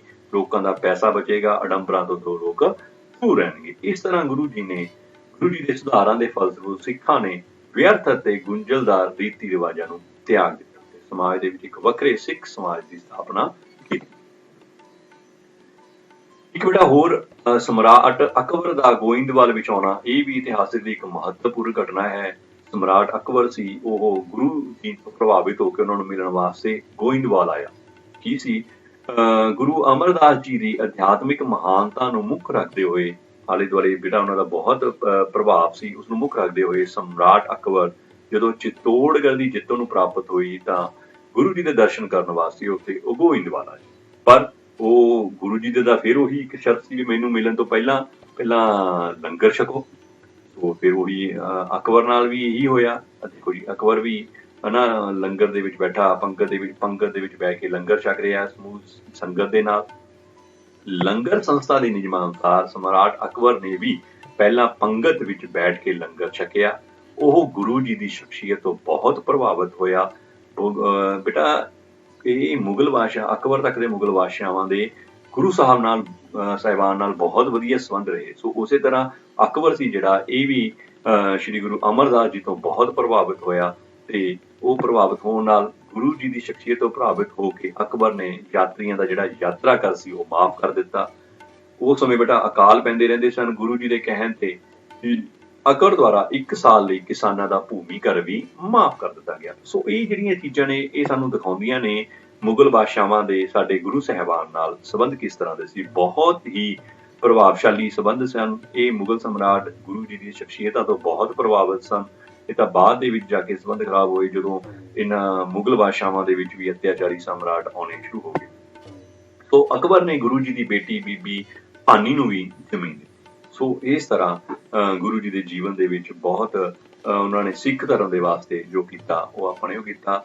ਹੁਣ ਆਪਾਂ ਗੱਲ ਕਰਦੇ ਹਾਂ ਬੇਟਾ ਜੋ ਸਿੱਖ ਧਰਮ ਦੇ ਵਿੱਚ ਪਰੰਪਰਾ ਚੱਲੀ ਆ ਰਹੀ ਸੀ ਉੱਤਰਾਧਿਕਾਰੀ ਦੀ ਨਿਯੁਕਤੀ ਕਰਨਾ। ਇਹ ਇੱਕ ਬੜਾ ਹੀ ਮਹੱਤਵਪੂਰਨ ਕਦਮ ਹੁੰਦਾ ਹੈ ਵੀ ਸਿੱਖ ਧਰਮ ਦੇ ਵਿੱਚ ਉੱਤਰਾਧਿਕਾਰੀ ਨੂੰ ਕਿਸ ਨੂੰ ਉੱਤਰਾਧਿਕਾਰੀ ਨਿਯੁਕਤ ਕੀਤਾ ਜਾਵੇ, ਕਦੋਂ ਨਿਯੁਕਤ ਕੀਤਾ ਜਾਵੇ। ਸ਼੍ਰੀ ਗੁਰੂ ਅਮਰਦਾਸ ਜੀ 95 ਸਾਲਾਂ ਦੀ ਉਮਰ ਤੱਕ ਸਿੱਖਾਂ ਦੀ ਰਹਿਨੁਮਾਈ ਕਰਦੇ ਰਹੇ। ਭਾਵ 95 ਸਾਲਾਂ ਦੀ ਉਮਰ ਤੱਕ ਉਹਨਾਂ ਨੇ ਗੁਰਗੱਦੀ ਦੇ ਉੱਤੇ ਵਿਰਾਜਮਾਨ ਰਹੇ। 73 ਸਾਲ ਦੀ ਉਮਰ ਦੇ ਵਿੱਚ ਬੈਠੇ ਸੀ। 95 ਸਾਲ ਦੀ ਉਮਰ ਤੱਕ ਉਹਨਾਂ ਨੇ ਸਿੱਖਾਂ ਦੀ ਰਹਿਨੁਮਾਈ ਕੀਤੀ, ਗੁਰਗੱਦੀ ਦੀ ਸੇਵਾ ਕੀਤੀ। 1574 ਈਸਵੀ ਵਿੱਚ ਜੋਤੀ ਜੋਤ ਸਮਾਨ ਤੋਂ ਪਹਿਲਾਂ ਉਹਨਾਂ ਨੇ ਆਪਣਾ ਉੱਤਰਾਧਿਕਾਰੀ ਨਿਯੁਕਤ ਕਰਨ ਦਾ ਫੈਸਲਾ ਕੀਤਾ। ਬੇਟਾ ਜੋਤੀ ਜੋਤ ਸਮਾਨ ਤੋਂ ਪਹਿਲਾਂ ਉਹਨਾਂ ਨੇ ਫੈਸਲਾ ਕਰ ਲਿਆ ਵੀ ਕਿਹਨੂੰ ਹੁਣ ਆਪਾਂ ਸਿੱਖ ਧਰਮ ਦਾ ਅਗਲੇ ਗੁਰੂ ਦੇ ਤੌਰ ਤੇ ਵਿਰਾਜਮਾਨ ਕਰਾਉਣਾ ਹੈ, ਕਿਸ ਨੂੰ ਗੁਰਗੱਦੀ ਦੇਣੀ ਹੈ। ਉਹਨਾਂ ਨੇ ਆਪਣੇ ਦੋਹਾਂ ਪੁੱਤਰਾਂ ਨੂੰ ਛੱਡ ਕੇ ਆਪਣੇ ਦੋਨੇ ਪੁੱਤਰਾਂ ਨੂੰ ਨਹੀਂ ਬਣਾਇਆ, ਗੁਰਗੱਦੀ ਨਹੀਂ ਦਿੱਤੀ। ਆਪਣੇ ਜਵਾਈ ਭਾਈ ਜੇਠਾ ਜੀ ਨੂੰ ਬੇਟਾ ਉਹਨਾਂ ਨੇ ਆਪਣੇ ਜਵਾਈ ਭਾਈ ਜੇਠਾ ਜੀ ਨੂੰ ਗੁਰਗੱਦੀ ਦੇ ਕੇ ਗੁਰਗੱਦੀ ਦੇ ਅਧਿਕ ਯੋਗ ਸਮਝਦਿਆਂ ਹੋਇਆਂ ਆਪਣਾ ਉੱਤਰਾਧਿਕਾਰੀ ਨਿਯੁਕਤ ਕੀਤਾ। ਆਪਣੇ ਦੋਨੇ ਪੁੱਤਰਾਂ ਨਾਲੋਂ ਵੱਧ ਕਿਹਨੂੰ ਸਮਝਿਆ ਉਹਨਾਂ ਨੇ? ਆਪਣੇ ਜਵਾਈ ਭਾਈ ਜੇਠਾ ਜੀ ਨੂੰ ਉਹਨਾਂ ਨੇ ਗੁਰਗੱਦੀ ਦੇ ਅਧਿਕ ਯੋਗ ਸਮਝਿਆ ਤੇ ਉਸ ਨੂੰ ਉੱਤਰਾਧਿਕਾਰੀ ਨਿਯੁਕਤ ਕੀਤਾ। ਨਾਲ ਹੀ ਗੁਰਗੱਦੀ ਦੇ ਉਹਨਾਂ ਦੇ ਘਰਾਣੇ ਵਿੱਚ ਰਹਿਣ ਦਾ ਆਸ਼ੀਰਵਾਦ ਵੀ ਦੇ ਦਿੱਤਾ। ਦੇਖੋ ਪਹਿਲਾਂ ਬੇਟਾ ਆਪਾਂ ਦੇਖਦੇ ਆਏ ਨਾ ਕਿਸੇ ਵੀ ਗੁਰੂ ਨੇ ਆਪਣੇ ਪਰਿਵਾਰ ਦੇ ਵਿੱਚ ਗੁਰਗੱਦੀ ਨਹੀਂ ਦਿੱਤੀ। ਜੋ ਉਹਨਾਂ ਨੂੰ ਯੋਗ ਸਮਝਦੇ ਸੀ ਉਹਨਾਂ ਨੂੰ ਗੁਰਗੱਦੀ ਇਹ ਵੀ ਤਾਂ ਕਰ ਰਹੇ ਨੇ। ਭਾਈ ਜੇਠਾ ਜੀ ਨੂੰ ਯੋਗ ਸਮਝਿਆ, ਇਹਨਾਂ ਨੇ ਉਹਨਾਂ ਨੂੰ ਗੁਰਗੱਦੀ ਦੇ ਦਿੱਤੀ। ਪਰ ਉਹਨਾਂ ਨੇ ਨਾਲ ਉਰੇ ਕਹਿੰਦੇ ਇਹਨਾਂ ਨੂੰ ਆਸ਼ੀਰਵਾਦ ਵੀ ਦੇਤਾ ਵੀ ਹੁਣ ਜਿਹੜੀ ਗੁਰਗੱਦੀ ਹੈ ਤੁਹਾਡੇ ਪਰਿਵਾਰ ਦੇ ਵਿੱਚ ਹੀ ਅੱਗੇ ਚੱਲੀ ਜਾਏਗੀ, ਵੀ ਤੁਹਾਡੇ ਪਰਿਵਾਰ ਦੇ ਵਿੱਚ ਹੀ ਇੰਨੇ ਸੂਝਵਾਨ ਇੰਨੇ ਅਧਿਕ ਯੋਗ ਵਿਅਕਤੀ ਦਾ ਉਹ ਹੋਊਗਾ ਵੀ ਉਹ ਸਿੱਖਾਂ ਦੇ ਗੁਰੂ ਦੇ ਬਣਨ ਦੇ ਯੋਗ ਹੋਣਗੇ। ਸੋ ਉਹਨਾਂ ਨੂੰ ਘਰਾਣੇ ਵਿੱਚ ਰਹਿਣ ਦੀ ਗੁਰਗੱਦੀ ਰਹਿਣ ਦਾ ਆਸ਼ੀਰਵਾਦ ਦੇ ਦਿੱਤਾ। ਇਹ ਆਸ਼ੀਰਵਾਦ ਦੇਣ ਤੋਂ ਮਗਰੋਂ ਬੇਟਾ 1 ਸਤੰਬਰ 1574 ਈਸਵੀ ਨੂੰ ਸ੍ਰੀ ਗੁਰੂ ਅਮਰਦਾਸ ਜੀ ਗੋਇੰਦਵਾਲ ਵਿਖੇ ਜੋਤੀ ਜੋਤ ਸਮਾ ਗਏ। ਤੋ ਇਸ ਤਰ੍ਹਾਂ ਸ੍ਰੀ ਗੁਰੂ ਅਮਰਦਾਸ ਜੀ ਨੇ ਆਪਣਾ ਸੰਪੂਰਨ ਜੀਵਨ ਸਿੱਖ ਧਰਮ ਦੀ ਸੇਵਾ ਵਿੱਚ ਲਾਇਆ। ਸਮਾਜ ਦੇ ਵਿੱਚ ਬਹੁਤ ਸੁਧਾਰ ਕੀਤੇ। ਸਿੱਖਾਂ ਨੂੰ ਪੁਰਾਣੇ ਰੀਤੀ ਰਿਵਾਜਾਂ, ਰੂੜੀਵਾਦੀ ਅੰਧ ਵਿਸ਼ਵਾਸਾਂ ਵਿੱਚੋਂ ਕੱਢਣ ਲਈ ਬਹੁਤ ਹੁਕਮਨਾਮੇ ਜਾਰੀ ਕੀਤੇ। ਲੰਗਰ ਪ੍ਰਥਾ ਦਾ ਵਿਕਾਸ ਕੀਤਾ, ਮੰਜੀ ਪ੍ਰਥਾ ਸ਼ੁਰੂ ਕਰਾਈ। ਇਸ ਨਾਲ ਸਿੱਖ ਧਰਮ ਦਾ ਵਿਸਤਾਰ ਦੂਰ ਦੂਰ ਤੱਕ ਹੋਇਆ। ਮੁਗਲ ਸਮਰਾਟ ਨਾਲ ਵੀ ਅਸੀਂ ਉਹਨਾਂ ਦੇ ਸੰਬੰਧ ਦੇਖੇ ਨੇ, ਬਹੁਤ ਵਧੀਆ ਰਹੇ ਨੇ। ਜਿਹੜੇ ਸੰਬੰਧਾਂ ਦਾ ਫਾਇਦਾ ਆਮ ਜਨਤਾ ਨੂੰ ਕਰ ਦੀ ਮੁਕਤੀ ਦੇ ਕਾਰਨ ਹੋਇਆ ਹਨਾ। ਇਹ ਸਾਰੇ ਉਪਰਾਲੇ ਸੀ ਜਿਹੜੇ ਸ੍ਰੀ ਗੁਰੂ ਅਮਰਦਾਸ ਜੀ ਨੇ ਆਪਣੇ ਪੂਰਨ ਜੀਵਨ ਵਿੱਚ ਸਿੱਖਾਂ ਦੀ ਸੇਵਾ ਦੇ ਲੇਖੇ ਆਪਣਾ ਜੀਵਨ ਲਾ ਦਿੱਤਾ ਤੇ 1 ਸਤੰਬਰ 1574 ਈਸਵੀ ਜੋਤੀ ਜੋਤ ਸਮਾ ਗਏ। ਤੋ ਬੇਟਾ ਮੈਨੂੰ ਉਮੀਦ ਹੈ ਵੀ ਤੁਹਾਨੂੰ ਇਸ ਵੀਡੀਓ ਤੋਂ ਸ੍ਰੀ ਗੁਰੂ ਅਮਰਦਾਸ ਜੀ ਦੇ ਜੀਵਨ ਬਾਰੇ ਕਾਫੀ ਕੁਝ ਪਤਾ ਲੱਗਿਆ ਹੋਊਗਾ ਤੇ ਸਮਝ ਆ ਗਿਆ ਹੋਊਗਾ। ਤੁਸੀਂ ਇਸ ਪਾਠ ਨੂੰ ਬੜੇ ਧਿਆਨ ਨਾਲ ਸੁਣਿਆ। ਮੈਂ ਆਪ ਜੀ ਦਾ ਸਾਰਿਆਂ ਦਾ ਬਹੁਤ ਬਹੁਤ ਧੰਨਵਾਦੀ ਹਾਂ। ਤੁਸੀਂ ਇਸ ਨੂੰ ਆਪਣੀ ਕਿਤਾਬ ਦੇ ਵਿੱਚੋਂ ਡਿਟੇਲ ਵਿੱਚੋਂ ਪੜ੍ਹ ਲੈਣਾ ਤੇ ਆਪਣਾ ਧਿਆਨ ਰੱਖਣਾ, ਘਰ ਵਿੱਚ ਹੀ ਰਹਿਣਾ। Thank you very much. Take care.